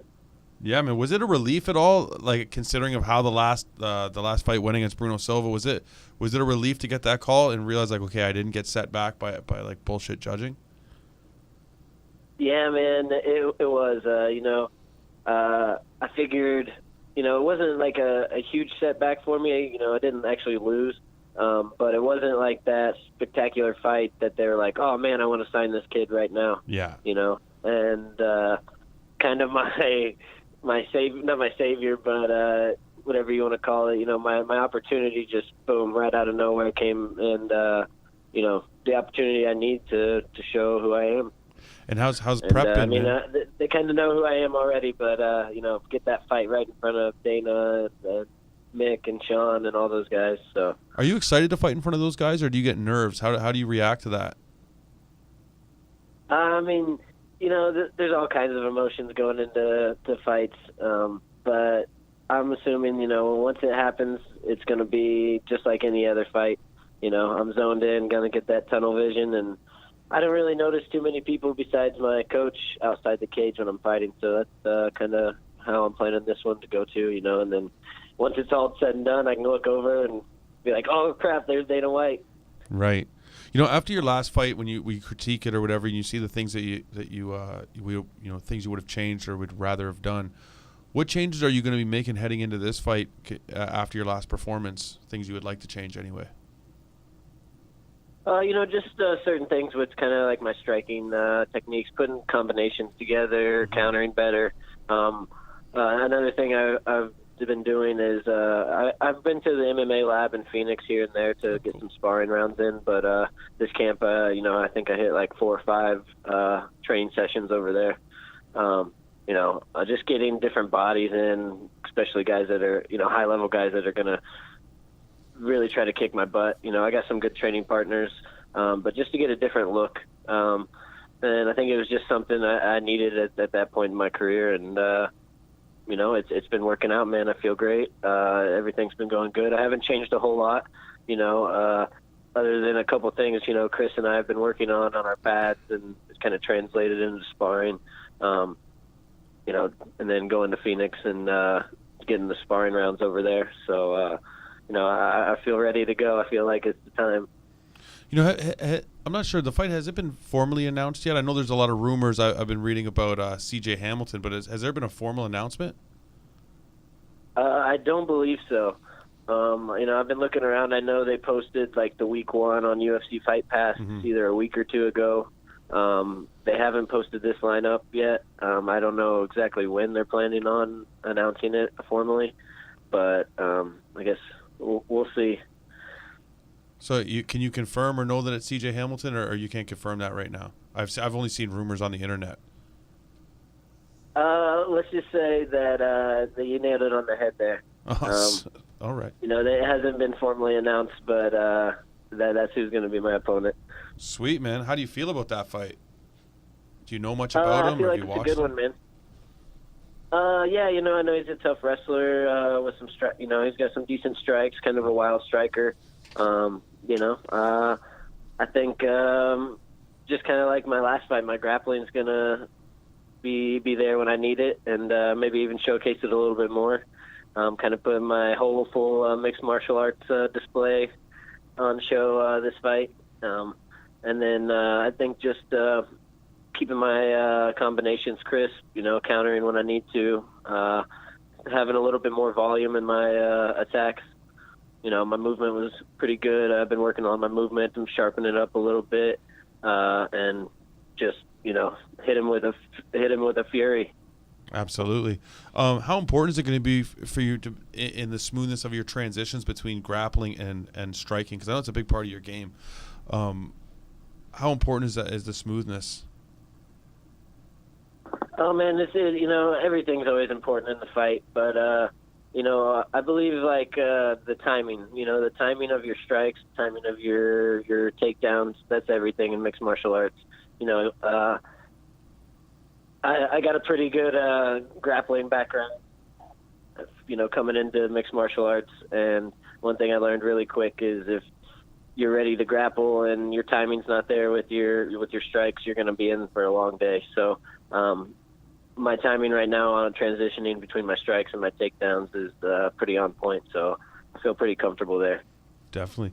One of the things I've heard about this Contender Series is that the winner isn't guaranteed a spot in the UFC. It's likely that they'll get one, but it's not guaranteed. How important do you feel a finish is in this fighting in front of Shelby and Dana White and all those guys? How important is that? I'm sure that's something that they're going to be looking for. Everyone always likes a finish. I'm not going to put a whole lot of pressure on myself. That's what my plan is. That's always my plan when I go out there. Finish the guy first round, get out of there. Get paid, move on onto the next fight. But I'm just going to go out there. Stick to the not really the game plan, but just stick to who I am. And that's somebody who's always looking for a finish. So I guess I don't really put a lot of pressure on myself to look for a finish because, I'm trying to finish the guy the entire time we're in there. And, when you visualize this fight, like I know you say you always want to go in there and get the first round knockout and get your check, but how do you assess this fight? How do you visualize this fight when you would take an honest look at it? How do you see it going? He's a tough guy. I'd like to take him into deep waters as well. Just kind of see where he stands. But I'd say we're both going to come out the gate pretty fast. Mm-hmm. I was a little bit slow starting my last fight, but normally I come out the gate, and that's probably what I'm planning on doing this fight too. So I always got to kind of play it by ear. Don't like the game plan too much in the fight world. Right. I got to kind of just adapt. But come out the gate, kind of see how it goes from there, and then if it's in for the long haul, I'll be ready. Kind of grind him out, take him to the mat. He's a tough wrestler. Maybe we'll test his jiu-jitsu game.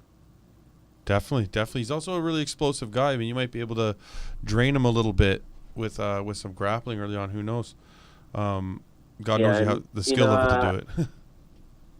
Yeah, exactly. And I've been through a few wars, and I know he probably has too. Yeah. So I expect a full 15 minutes of C.J. Hamilton. That's if I don't put him away, I expect him to be coming at me for 15 minutes. Not only the type of fight that it is, but at the professional level, you got to expect that. Yeah, man. Listen, this is one I'm really looking forward to. Both you guys are highly talented, explosive fighters. So That's it's definitely one to watch, and I want to thank you for giving us some more of your time, man. I really appreciate having you back on the show. Always enjoy talking to you, and best of luck in your fight, man. Hey, thanks, man. It's always a pleasure to be on the show and talk to you guys. I'd love to come back anytime. Just let me know. Thanks a lot, Casey, man. Again, love having you, and hopefully we can have on set something up for after the fight. We'll have you back on. All right. Sounds good, man. Have a great night. All right, brother. Thanks. Man, that guy's got high-level grappling. A lot of people don't know. Like, that guy has been wrestling since he was, 5, and he's a black belt in judo as well. They're both title holders, different. Yeah. He's with things with Palace. It's a Tai Chi Palace fights. Yeah. But they're both title holders. Yeah, CJ Hamilton's tough as shit. The Contender Series is looking amazing. Like, I feel like it's not being promoted properly though. Like, my friends, they're pretty, diehard MMA fans. So they know about it. But outside of that, it's I agree. But I think a lot of the reason is that it's on Fight Pass. True. I guess they either have it or you don't, right? Yeah, these fights, I feel like these fights are for diehard fans. Yeah. Your casual fan isn't tuning in to, the Ultimate Fighter. Yeah. Or they're not tuning in to, the Contender Series because they want to see the big name. They just, Do you think if it's super successful, you think that they might X the Ultimate Fighter in the future? Like if this is the whole model of instead of doing a tournament style, you just have them out there and they fight one time and you get to see really what they're made of. And they're going to be 3-round fights, right? I believe. Yeah. So you're really going to get an idea of how tough they are. I could see a future where this takes over the Ultimate Fighter spot. I like this better. Yeah. I like this model better. I like the idea that guys don't have to cut weight 3 times in 6 weeks for. Yeah, it's not healthy for a fight, right? Or have to try to maintain weight for 6 weeks. Especially when you're not a professional. Yeah, you're professional, but you're not at that high level where you have the strength and conditioning coaches and the people who are cooking food for you. It's tough. 3, like you said, 3 times in a short amount of time. It's crazy. Absolutely, and I think people, your diehard fans are going to watch it because they're interested in the crop. Yeah, the next crop, right? Mm-hmm. So and it's a good one. I'm tuned in. I'll tell you that. Yeah, I'm excited as shit for this. Yeah, there's going to be. I think that's what I'm saying. Like the fights are going to be. It's going to be explosive. It's going to be wild. Like Lazar, Stojadinovic, Thanh Lee, Sean O'Malley. Yeah. Sean O'Malley. His last knockout was insane. Yeah, it's insane. Dude, Thanh Lee's was crazy too. What he did to Alex Black, bet on Black, was ridiculous. The body kick followed by the straight left. Yeah. Like you don't see, I don't know. It's going to be amazing. High level striking. Yeah. So, anyway, speaking of those other guys, we got Lazar Stojadinovic back with us. He's going to be on the line with us next. He'll be back on Dana White Contender Series and be against Thanh Lee, it's looking like. That's what the rumor mill says. We confirmed one. Yeah, we'll have Lazar on the line with us when we come back. Stay tuned and we'll find out what's going on for the Contender Series. Be with you in a minute. All 3 judges score the bout. 30-27 for your winner by unanimous decision. Lazar, the Bronx Bomber, Stojadinovic. What's up, Fight House fans? We're back with Lazar Stojadinovic. How you doing, Lazar? Welcome to the Fight House, man. Thanks for joining us again. Always great to have you. I'm good, man. It's good to be back. Yes, sir. Yes, sir. How's everything been, man? How's training going? You're getting ready for Dana White Contender Series? Yeah, training's been great, man. I'm ready to go. I'm kind of getting impatient. I'm excited to go. So in these next 12 days, it's just like it can't go fast enough, Yeah, man, I hear you. It's a huge opportunity for you. I know you were supposed to fight in Combate America. We had talked about that last time you were on the show. When did you find out about the Contender Series as being an option for you? Well, I got the call for the Combates America about early, I'll say 6-7 months ago. Yeah. 7 weeks ago. Sorry, 6-7 weeks ago, and I accepted it, and I had 10 weeks for training. So I took the first 2 weeks, just get back into training. And then I hit 8 weeks into it, I started hitting it hard. Yeah. And it was funny because I actually flew out to California from one of my boxer's fights, Nico. And I I'm over there, and I'm focusing on his fight and stuff like that. And Combates America is like, hey, can you send the contract? Can you sign the contract and send it to us? And I'm like, listen, I told him, I was like, listen, I'm busy with my fighter in California. As soon as I get back, I'll send it. And he fought Friday. Friday night, I'm at the fight, and I'm cornering him. And I put my phone on airplane mode to take the timer. Mm-hmm. So I had my phone on airplane mode, and earlier that day, I got an email, and it was an email from the UFC. And I was like, oh, that's weird. Like, I had no idea. I was like, that's weird. They're like asking me for info, and I'm like, what is this for? And I was like, maybe it's for UFC Fight Pass, Right. because Combate America is on UFC Fight Pass. So I just sent the email without even knowing, and then I'm cornering my boxer, and all of us after the fight, I take my phone off airplane mode, and I get a text from Dan Lambert from 18. He's like, check your email.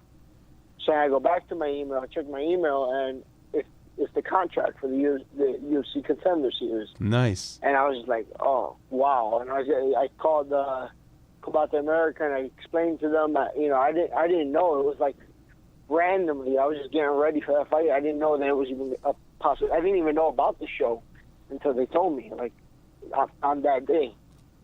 It was real cool. It was, it was something that caught me like by surprise, but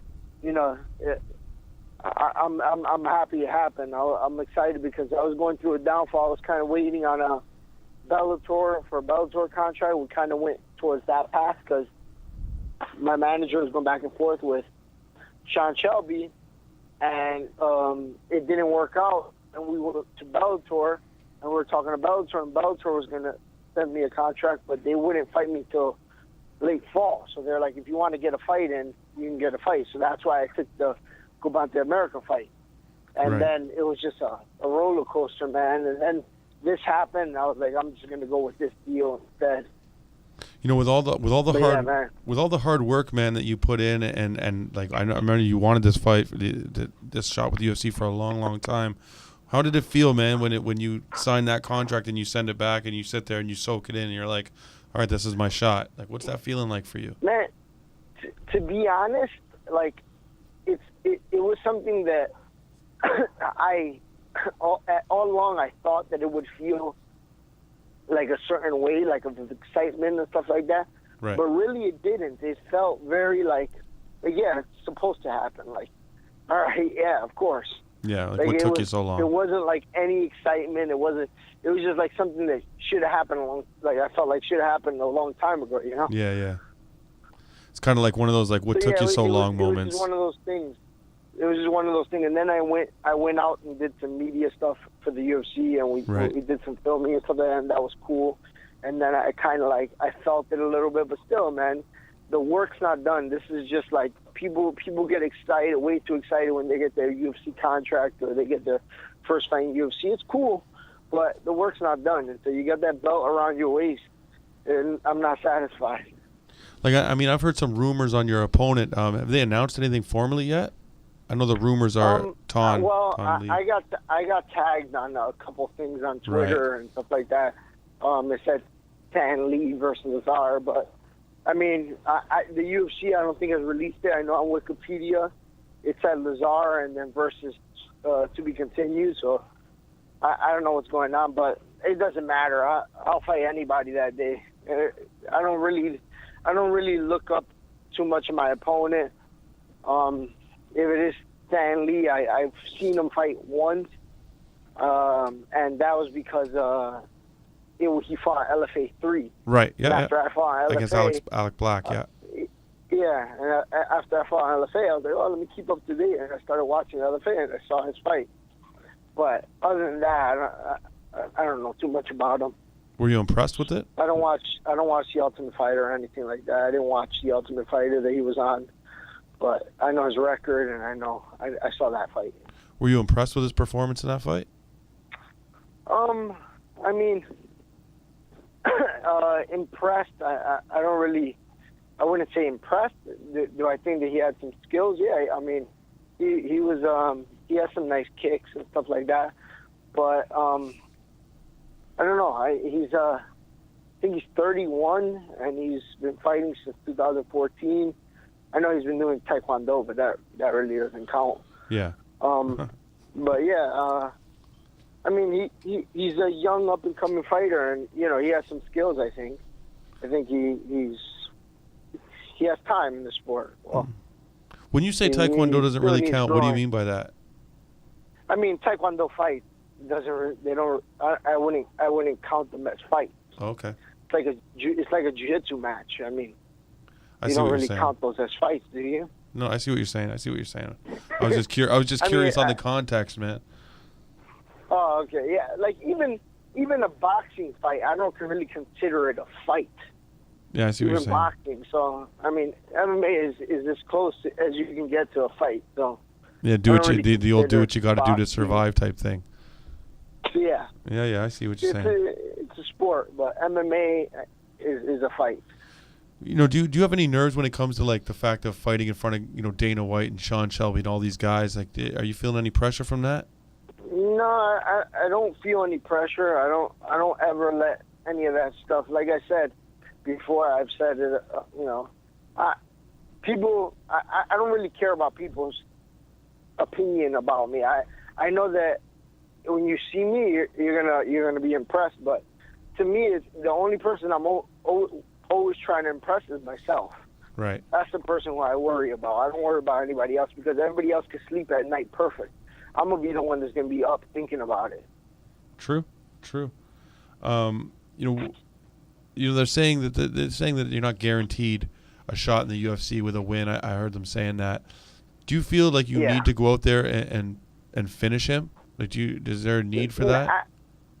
I don't feel like it's a need. I mean, it's something that I go out and do naturally. I feel like my style naturally is going to come out no matter what, and I think my style is the style Dana White likes. He claims to like. So I think he's gonna really enjoy it.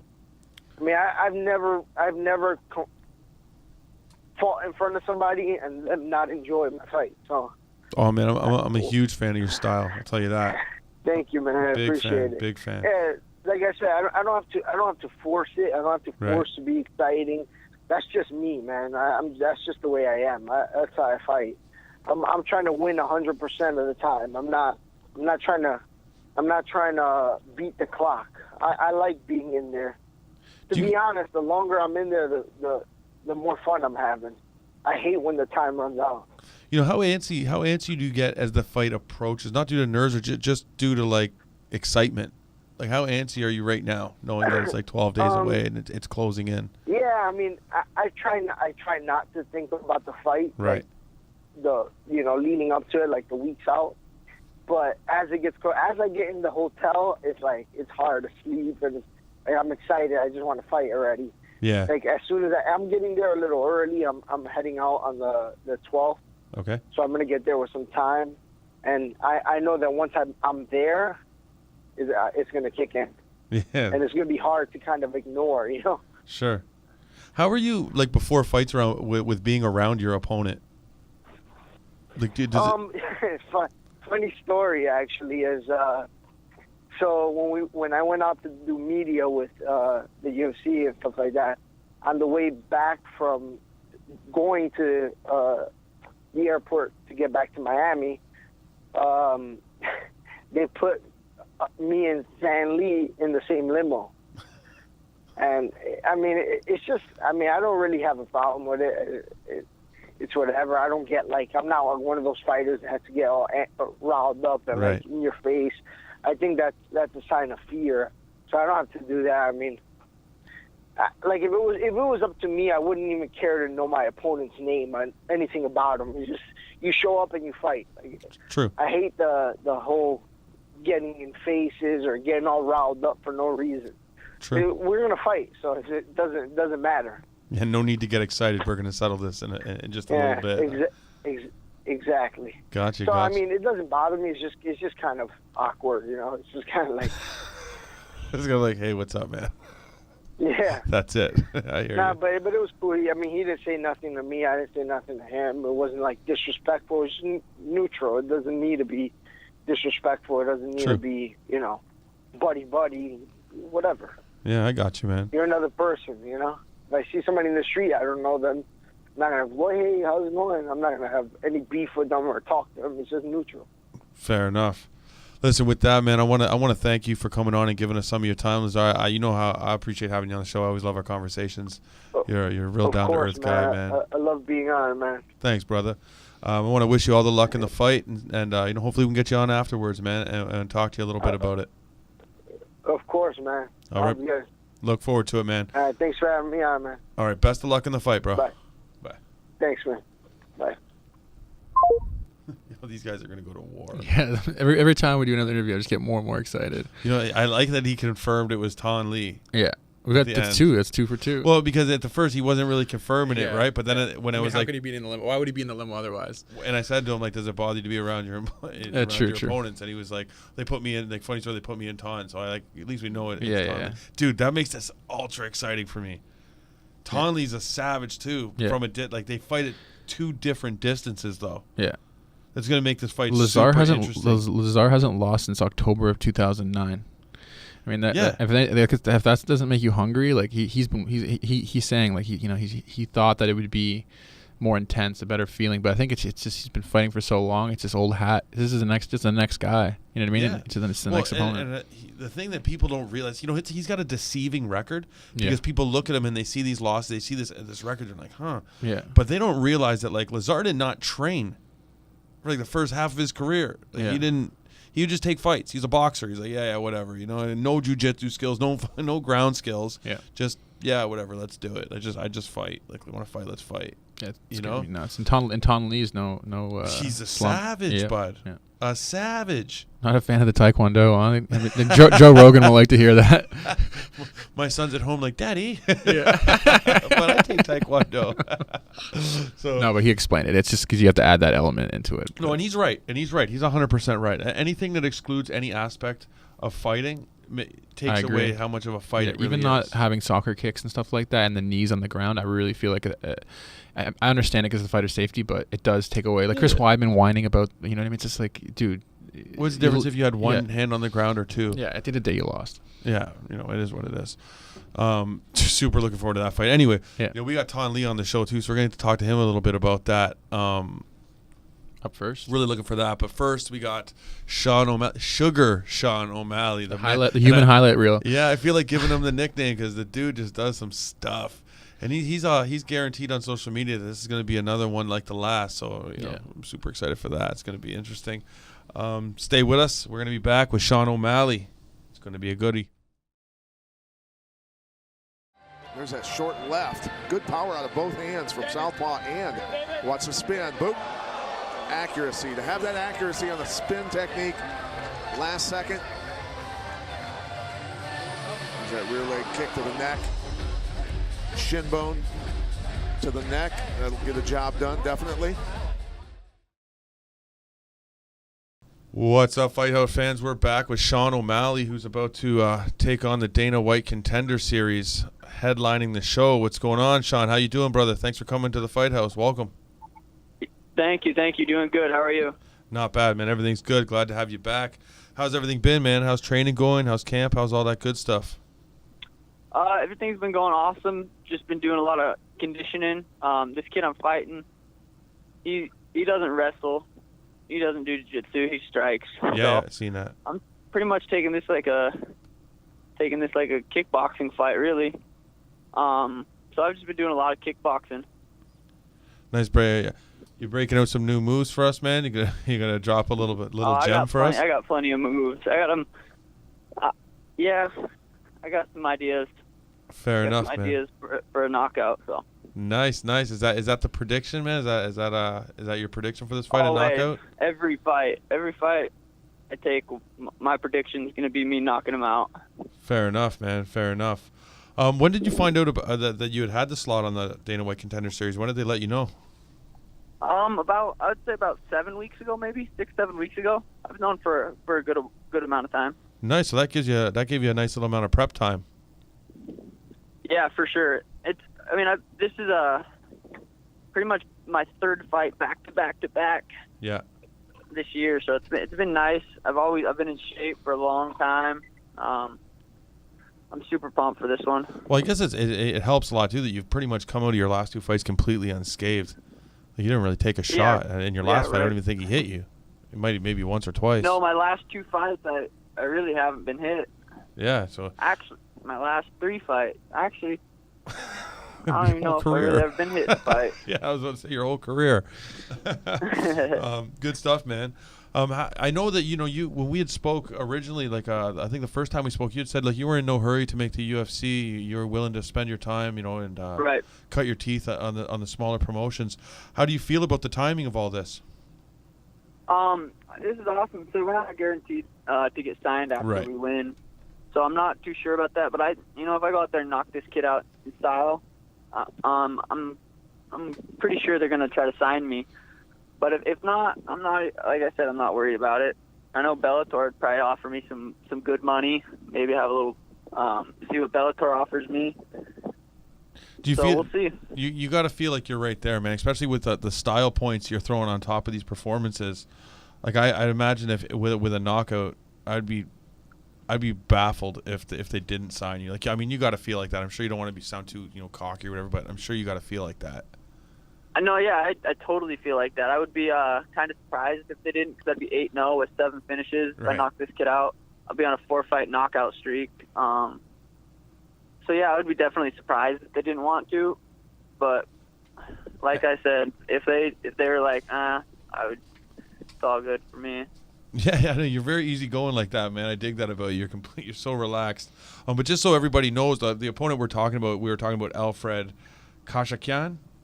Maybe I'm pronouncing his name. I have no fucking idea. It's a hard one for me to pronounce, man. But I gave it my best, so hopefully I didn't do him too bad there.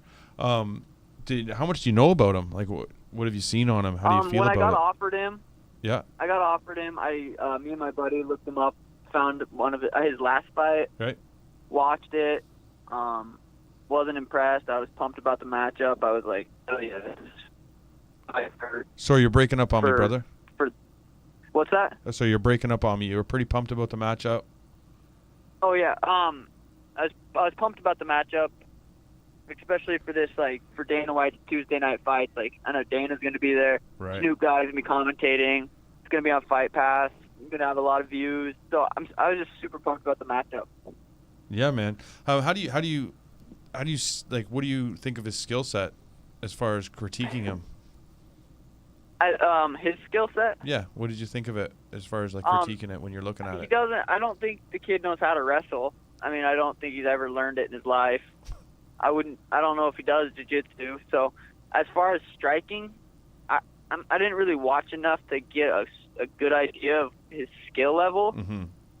But for the little clip I did watch, I mean, he has like a couple knockouts. I think, he have 5 knockouts or something like that? Yeah, something like that, yeah. Something knocking out some bums, but I don't think his skill level, I think he's probably pretty confident in his hands because he's knocking some dudes out. And he throws some, I think I seen a video of him throwing some spinning kicks too and stuff. Yeah. Looks slow, whatever, but I don't think he's, as far as a mixed martial artist skill set, I don't think he's shit. As far as a striker, I don't know. He's better as a striker than he is like at anything else. So I'm not super impressed by his skills. But he's knocking dudes out. So he has eight finishes or whatever. So he's obviously knocking dudes out. When you fought David Nutso, you said to me you knew pretty much right in the first minute of the fight, as soon as you threw a punch, he was just too slow for you. There was no way he was going to beat you. Do you feel like you're going to know? Yeah, I watched that. I watched that video this morning, the whole fight. I remember right in that exchange, he threw up right hand, and I looked over at my corner and laughed. Yeah, I feel like, I would love that happen. Get in there, feel him out, see what he's got, and I'm going to go into that fight confident, no worries, no stress, no nothing. But when we get in there and then I see if he's slow, if this kid's slow, he's not going to catch me, and it's going to be a short night for him. Are you looking to go viral again? Oh, always. Everything I do, I want to go viral. Fair enough, man. Fair enough. What's your best case scenario out of this situation? Like, you get signed, you go to the UFC. Is that your best case scenario? Yeah, after this, okay, best case scenario, I knock this kid out. Dana offers me a contract better than starting pay, which is what, 10 and 10? I believe so. That'd be sweet if he offered me a little, maybe not. Maybe it just says 10 and 10 or something. Maybe a sweet little signing bonus, couple $1,000 or something. Or he loves me and he gets me a new Corvette. I wouldn't mind that either. That would be sweet. Fair enough. Yeah. That would be the best case scenario. He signs me 20 and 20, new Corvette, and we get a smoke with Snoop. That's best case scenario. That's so funny you just said that, man.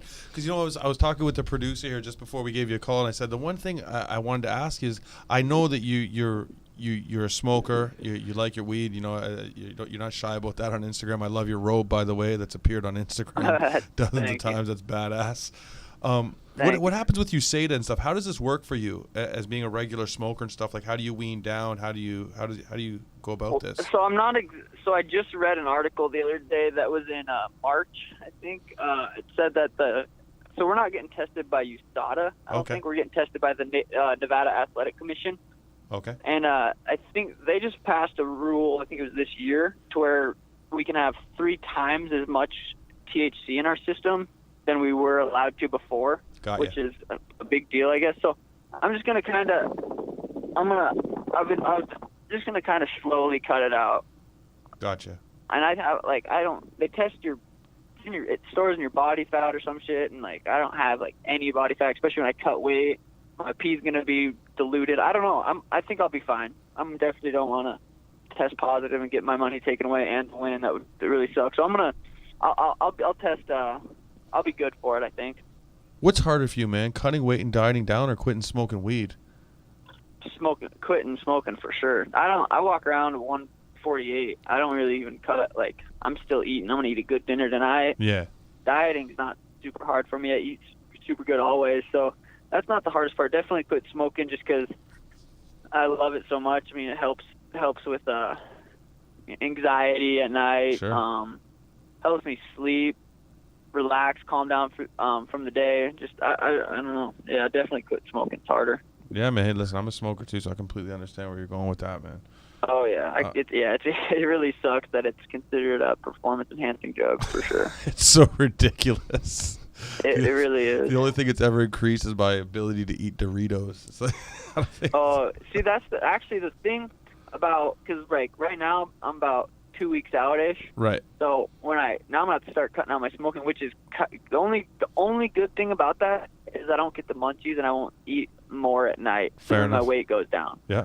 That's the only good thing I can think of. Yeah, true enough, man. It would be a hard thing for me to do too. I completely understand where you're coming from. Oh yeah. Yeah, definitely. How high of would it rate for you to be able to smoke a joint with Snoop Dogg after the event? Oh God, that would be so sweet. That would be awesome. That would definitely be. I wouldn't. How close would that come to being the same as winning your fight on the Contender Series? Would you feel like is that close? Yeah, I think so. I think that would be so sweet. I would love to do that. And I'm going to knock this guy out in sweet fashion. Snoop's going to, who knows, maybe Snoop's down. He'll want to blaze with you. He'll be like, yo, get me that O'Malley maybe kid. He's got shit to do. I'm sure he's got stuff to do, but maybe he's got time for a couple puffs. I don't know. Yeah, you know what, man? That would be amazing. That'd have to go on Instagram. That'd be one of the greatest things, I think. Oh, yeah, that would be my best post. 100%, man, 100%. Listen, man, I want to thank you for giving us some time here and to shoot the shit a little bit and talk about the fight. And I'm really looking forward to it, man. I'm looking forward to your performance. I think you got a bright future, and I think you're probably one of the most promising names on the card. So I'm super looking forward to the fight. Thank you. Appreciate that. Absolutely, man. Hopefully we can get you back on after the fight and talk about it and all that stuff. All right, brother. Thanks a lot. Always down, man. All right, buddy. Enjoy that smoke, man. We'll talk to you. All right, sounds good. Later, brother. Bye. That's how you gotta. I was gonna say to you, I was just screaming. I don't want to cut you off. It's just like you gotta do it. You gotta even if he doesn't want to smoke, you gotta make sure that everybody knows that you want to smoke with Snoop Dogg. Yeah, it's gotta go. You go viral 100%. Like when we post this interview up on, I'll put it on Reddit or this. It's like it's going up there in the title. Like that's. Tell me.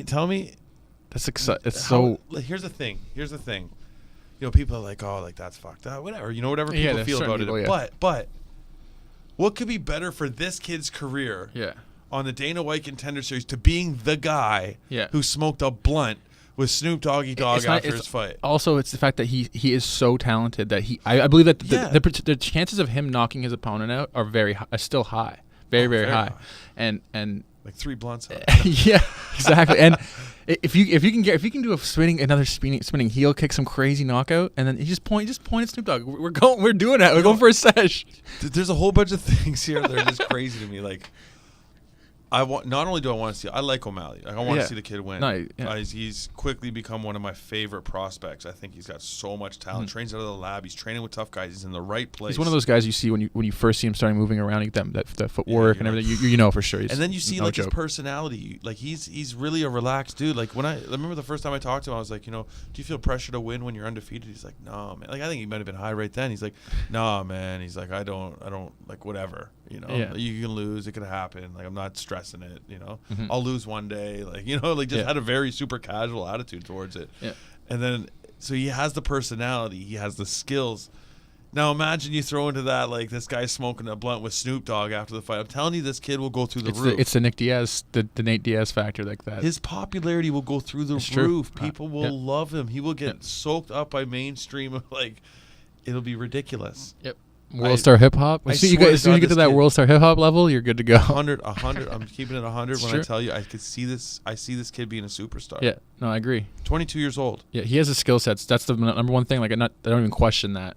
And then the marketability is there for sure. Like you're saying, that maybe he's not taking it. Maybe he's worried. I could see him being worried, being like, maybe I don't want people to know this so much. Like on Instagram is one thing, but like on TV. But I say go for it, man. Go point out Snoop Dogg after the fight. They give you a microphone, you know what to do. I swear to God, this guy should come down to the ring in his marijuana robe. Yeah, no, exactly. He should and that's what they're looking for. This show, like, honestly, I would come out in my slippers and my marijuana. I would look like a stoner. I'd be like, yo, bro. Dana's doing this because it's entertainment. He wants to put on the best fights, and he wants to put the most. He picks Snoop Dogg for a reason because he knows that culture. He understands who's watching the show. He knows his demographics. So 100%. Yeah. That was a great interview. I always enjoyed talking to Sean. He's a great guy, super talented. Like I said, probably one of my top prospects right now in the game. Look forward to the fight. But we got one guest left for tonight. We're going to close out the show with Thanh Le, the Taekwondo expert. We're going to talk to him and look forward to that conversation. He's a super nice guy, and we'll see what he's got to say about his upcoming fight with, his rumored upcoming fight with Lazar Stojadinovic. The limo match. The limo match. There it is. All right, so stay tuned. Stay with us. We'll be back with the last interview of the night. Thanh Le, thanks for staying with us. Watch this kick unload. Love to get the sound with that. And great follow-up with that left hand over the top. Boom. Yeah, he's got power. What's up, Fight House fans? We're back with Thanh Le, who's going to be debuting on week 2 of the Dana White Contender Series. What's going on, Thanh? Thanks for joining us here at the Fight House, man. Welcome, brother. Oh, thanks for having me, man. I appreciate it. Absolutely. How's everything been? How's camp? How's training going? Prep? All that stuff? Training's going wonderful. Camp's going great, man. I couldn't ask for a better setup, so everything's going wonderful. Hello? Everything's going wonderful? Yeah, sweet, man. Sweet. How's things in Virginia? I know you just a while back from Louisiana. How'd the move go? How's settling in? Yep. Move went just fine, man. I've been training on and off with Ryan Hall and his gym, his 50-50 gym for, I guess, coming on 2 years now since the Ultimate Fighter, the time we spent together on the show. So going back and forth every month, every other month, spending a few weeks there, him spending a couple weeks in New Orleans at a time. So the training's been wonderful. We're just trying to share as many secrets as possible and inch towards his skill level and his grappling knowledge and trying to help him as much as I can striking. And it's been going great. And striking program we opened up here is going well. So everybody's big smiles right now. Yeah, man. LeBros, right? LeBros.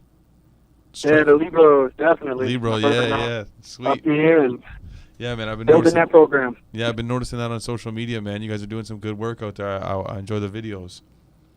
Yeah, we're trying, trying to get as much information out there and help guys as part of their development, put out videos, and just, inviting people to come train and get some good work in. Yeah, man. When did you find out about the opportunity with the Dana White Contender Series? Man, I was heading home from training one day, and I got a text from Sean Shelby, and he gave me a little info on the show and asked me if I wanted to be on. This was about 5 weeks ago, something like that. 4 weeks, something like that. So I'm not too exact on the date, but I know it was a very happy day in my household, and got the text. I was super excited, and can't wait to show what I got coming up. Absolutely, man. You got to, we had Lazar Stojadinovic on the show a little earlier, and he'd all pretty much confirmed that it'd be you two facing each other on the show. How do you feel about that matchup? Oh, matchup. I think looks good on paper. He's a great fighter, a skilled boxer. He's definitely going to come in there and fight and bring the heat. And he's made a good name for himself. So trains with a great team. So I'm excited to get in there with a high level guy. He's definitely coming in there looking for the knockout, looking to throw some hands. So I'm looking to be there, looking to take advantage of it, and looking to show you guys what we've been working on recently. You guys fight at completely different distances. How important is range in this fight? I think range is going to be important in any fight that I fight. Right. Whether I'm trying to bring the fight to the ground, whether I'm trying to stop the fight from going to the ground. I think going into hands range, keeping it at legs range, cutting certain angles, that's important in any aspect of the fight game, honestly, whether we're controlling distance on the ground, whether we're controlling distance on our shots, wrestling defense, all that good stuff. So it's very, very important. And, whether we get close, whether we get far, whether we end up on the stance, in the clinch, on the ground, in one of our guards, I think the fight's going to play out really well, and I'm excited to be there. You had some experience on The Ultimate Fighter, so you've experienced fighting in front of Dana and stuff, and having those nerves and dealing with that already. Do you feel like that's going to be an advantage for you, that you've already kind of been down this road somewhat? Lazar seems like a very experienced and skilled fighter, so I don't think that's going to take too much of a toll on him, being in the house and fighting in front of Dana and all was a different experience, but, I don't really let that stuff kind of get to me. I try to keep my mind out of that and on the fight. And, of course, everybody tries to do that, and it's not the easiest thing in the world to do. But I guess for whatever reason, I have a knack for being able to focus in on the fight, not really concern myself with all the outside stuff and TV cameras and all that stuff. So not really a big deal for me. If it does affect the other fighter, if it does affect Lazar, then I'm sure he'll push through it like the good fighter he is, but I'm just excited to get in there. Last fight that you had with Alec Black, you had talked about kind of being frustrated with the fact that you didn't get to show off some tools that you had been working on and some things that you had been touching up. Are you excited to have that opportunity against a tough guy like Lazar? Yeah, absolutely, man. I think that he's going to be there. He's going to be in your face. He's going to bring his experience and his skill set to the table. And I think that that's going to allow me to be able to play with my ranges. It's going to allow me to play with my footwork and allow me to be in the spots and engage in the spots that I want to be, whether we get him on the cage, take it to the ground, and spend some time on top, or we stay on the feet. I think that's going to be a big advantage, and I think it's going to play out really well. He shared with us an interesting story about a limousine ride the two of you had together after doing some stuff in Vegas, some work. What was that experience like for you? Oh, I think we took a ride at the airport. We sat in the same limo, but nothing crazy. You've got to meet the people you fight. Right. I don't hate the man. I don't have any hard feelings towards him. We're matched up to fight, and we both do this for a living, and we're both trying to make it to the big show. So. He's going to fight his best. I'm going to fight my best, and we'll see who comes out on top that night. But the experience was fine. I didn't really see it being uncomfortable or anything. It's we're two businessmen in there, about to have a business meeting. It's just our business meeting on the 18th, and we get to punch each other. Do you feel like it's a benefit to you to be void of those kind of emotions? Yeah, definitely. You've got to accept whether it does affect me or not, or makes me nervous or not, or makes me angry or not. I mean, you've got to know that that's the way your body's going to react. So you have to perform the best while those emotions hit you. So, whether I'm extremely nervous, not nervous at all, concerned about this, not concerned about that, TV cameras, Dana White, any of that stuff, you just got to take it in stride and know that that's your body and your brain dealing with the, the stress and the big event that's about to happen. So you've got to be able to perform your best in those situations. You just got to know how your body reacts, how your brain reacts, and, you work through it. And I feel comfortable, and I know my brain and my body pretty well, how we react towards big fights, small fights, big crowds, TV cameras, all that stuff. So. Right. Now I've heard that it's not obviously guaranteed for you guys to go into the UFC following these fights. Are you feeling any added pressure to go in there and put on to have like a really standout finish, like a really standout performance? Oh, not at all. I mean, I don't know if you remember on our season of The Ultimate Fighter. Yeah. Even if if you made it past the first round, there was one winner that was not going to make it to the next round. So you had to put on a good performance and impress Dana and all this stuff. So I get, why they did it. They want finishes and exciting fights, and I just happened to do that in all of my fights. But, that's not anything I concern myself with. I got to make sure that I perform the best I can perform. I can't, I have to make sure that I'm me in the cage and do what I do best. And it's all going to play out. And, whether I make it to the UFC tomorrow or make it to the UFC in 6 months or 8 months down the line, it doesn't matter. I'll be there. And I know I will be, with the best, showing that I belong. So, am I excited to do it early? Sure. Did I want to do it before on the Ultimate Fighter? Definitely. It didn't help. Sorry, you broke up. You broke up on me there, Tom. Did you want to do it in the Ultimate Fighter? Definitely, and then you kind of broke out on me. Right. That. Oh, sorry about that. I definitely wanted to do that in the Ultimate Fighter, and it didn't work out that way. So, it's not the end of the world. You go back, you grind, you make sure you put in the right training and surround yourself with the guys that are going to make you successful. And you get back in there and you do it again. So that's where we're at now. One thing is about Lazar. His style. He's a boxer, traditional boxing stance. Kind of, it is what it is. You have the ability to kind of go from either southpaw, orthodox. Like you're comfortable in all stances. Do you think? So. Sorry, go ahead. I'm sorry. I apologize. Go ahead. I was just going to say, do you think that could play in your favor in this fight? Just the different looks that you can give him. Yeah. So. Yeah, we do have a little freedom when it comes to the way we stand, southpaw, orthodox, long kicking style, short range boxing style. Like I play with a lot of those. Very often we've worked on. Sorry, you broke up on me there. You worked a lot of. I worked a lot of transitions from in and out of those long ranges to short ranges, southpaw to orthodox. So I think what he's going to see is a good mix from me. And then we're never stuck in any style. So whether the matchup brings us to a longer range, shorter range fight, whether the matchup brings us to a closed stance or an open stance, we're gonna definitely play with all of our options and see what gives us the best chance of winning this fight. We definitely have a plan in mind that we'll keep on, tight to the vest. But my last fight, we started out southpaw, moved around a little bit. I think the big kicks ended up finishing from the right side, which, when I landed that, put me in southpaw. So who knows? Might go southpaw to orthodox. We might go orthodox to southpaw. Short to long, long to short. It's just too much stuff to worry about. So. Yeah, man, in your style, man, that's one thing I've always been very impressed with, especially in the last fight, to pinpoint it in the Alec Black fight, was just the way you were able to land that body kick and land right perfect in the southpaw position and throw the dagger left, like right over the top with zero hesitation. It's super impressive, man. The technique is just crazy.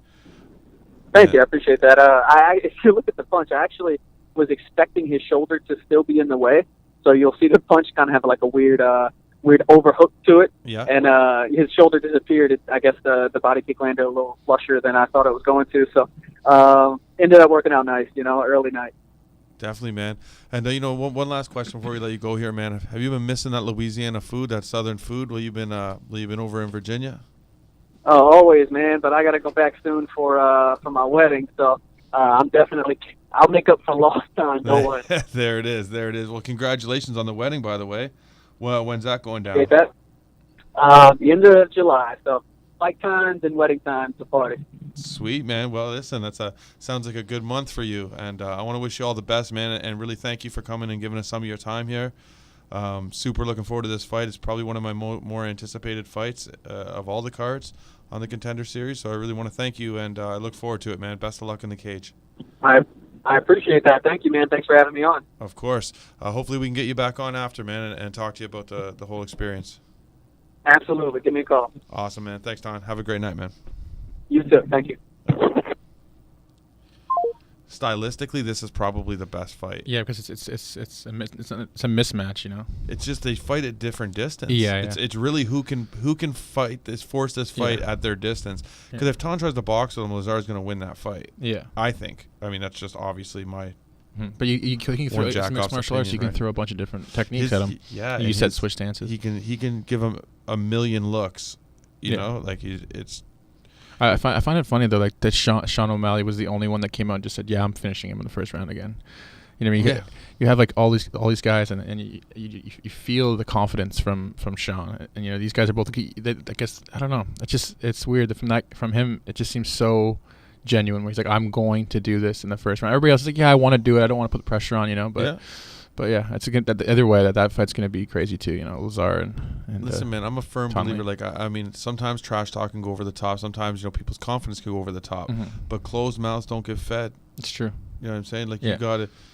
I believe that Sean O'Malley is speaking his truth. Yeah. There's a thing. I believe they're all confident like that, but I don't think everyone's willing to speak their truth. Yeah. You know what I'm saying? Like look at Chael. He's said all a million things he could possibly say, and he went out there. He got the win, and now everybody's just kind of like, It's people forget MMA. That's the beautiful. It's the horrible part, and the best part of MMA is the fact that you could be the champion like Chris Weidman, and then all of a sudden you can have 3 losses, and you're you're off. Or it could work the other way around where you could have a bad loss, and then you could pick it up the next time, and everybody forgets. They just what have you done for me lately? Yeah, no, absolutely. I say it all the time. The sport's a sport of what have you done lately, not what have you done. Yeah, and that's what this Contender Series is about. 100% agree. I'm really, really, really looking forward to these fights, man. I stand by the statement that I do believe Sean O'Malley is the best up and comer. Might be a little bit like maybe Tyron and Stephen Stephen Thompson a little bit maybe. Which one? This fight, Lazar and Thanh Le might end up being like the distance and then the power, the boxing, the striking. I don't know. I don't know. I'm very curious. I believe, if like I said, I'm no expert. I'm just a schmuck with an opinion. Yep. But I do believe that Thanh Le's going to want to keep this fight a little further away. But I do think he could end it with a punch. Yeah. If you watch some of his fights, like the feet set up the hands and vice versa, the hands set up the feet, right? Like he'll come in and maybe commit to the kicks a little bit and force Lazar to fight at that range. Yeah. And then all of a sudden it's like kick. And the beauty of him is, like I was just saying to him, is that when he throws his kick technique, like he lands in a position to throw the next one. Yeah. Like he's so that's the high level shit. High level at what he does. Like he kicked Alec Black in the stomach, and when his foot came down, it came down in perfect position for him to dart that left. You know what I mean? It's that Don Cerrone combination, that flowing. Yeah, that flowy combination type of work, right? But even different than Cerrone, and then it's not Thai. It's not Thai style. Sure. It's like really like untelegraphed. It's crazy to watch, man. But that being said, if Lazar can pressure him, which he does, that's what he does. I mean, the guy's not a slouch. He's a tough dude. Yeah.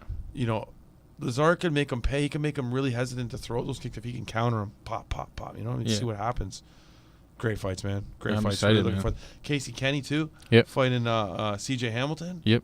That's going to be an awesome fight. I'm really looking forward I to think that the show will get more, like the first show will go a little bit under the radar, but after the people start to see the GIFs and the highlights of the fights, people will start tuning in. And maybe I don't even know if it'll be under the radar because I mean they're smart, right? Like they put Holloway and Bassett in first. Those are two really experienced guys, well-known guys, champions. Yeah, that'll sell. You know, that will sell. It'll definitely push the card for sure. Great show. Great show. Another great week. Listen, we want to thank everyone for sticking with us. Happy to have all these guys on. You know, really looking forward. Tune in. Dana White Contender Series starts July 11th. Next one July 18th. Week on and week out. It's going to be good. LFA 16. That one's coming up. July 14th. Yeah, 14th. So, yep. Yeah, I think it's the 14th. Yeah.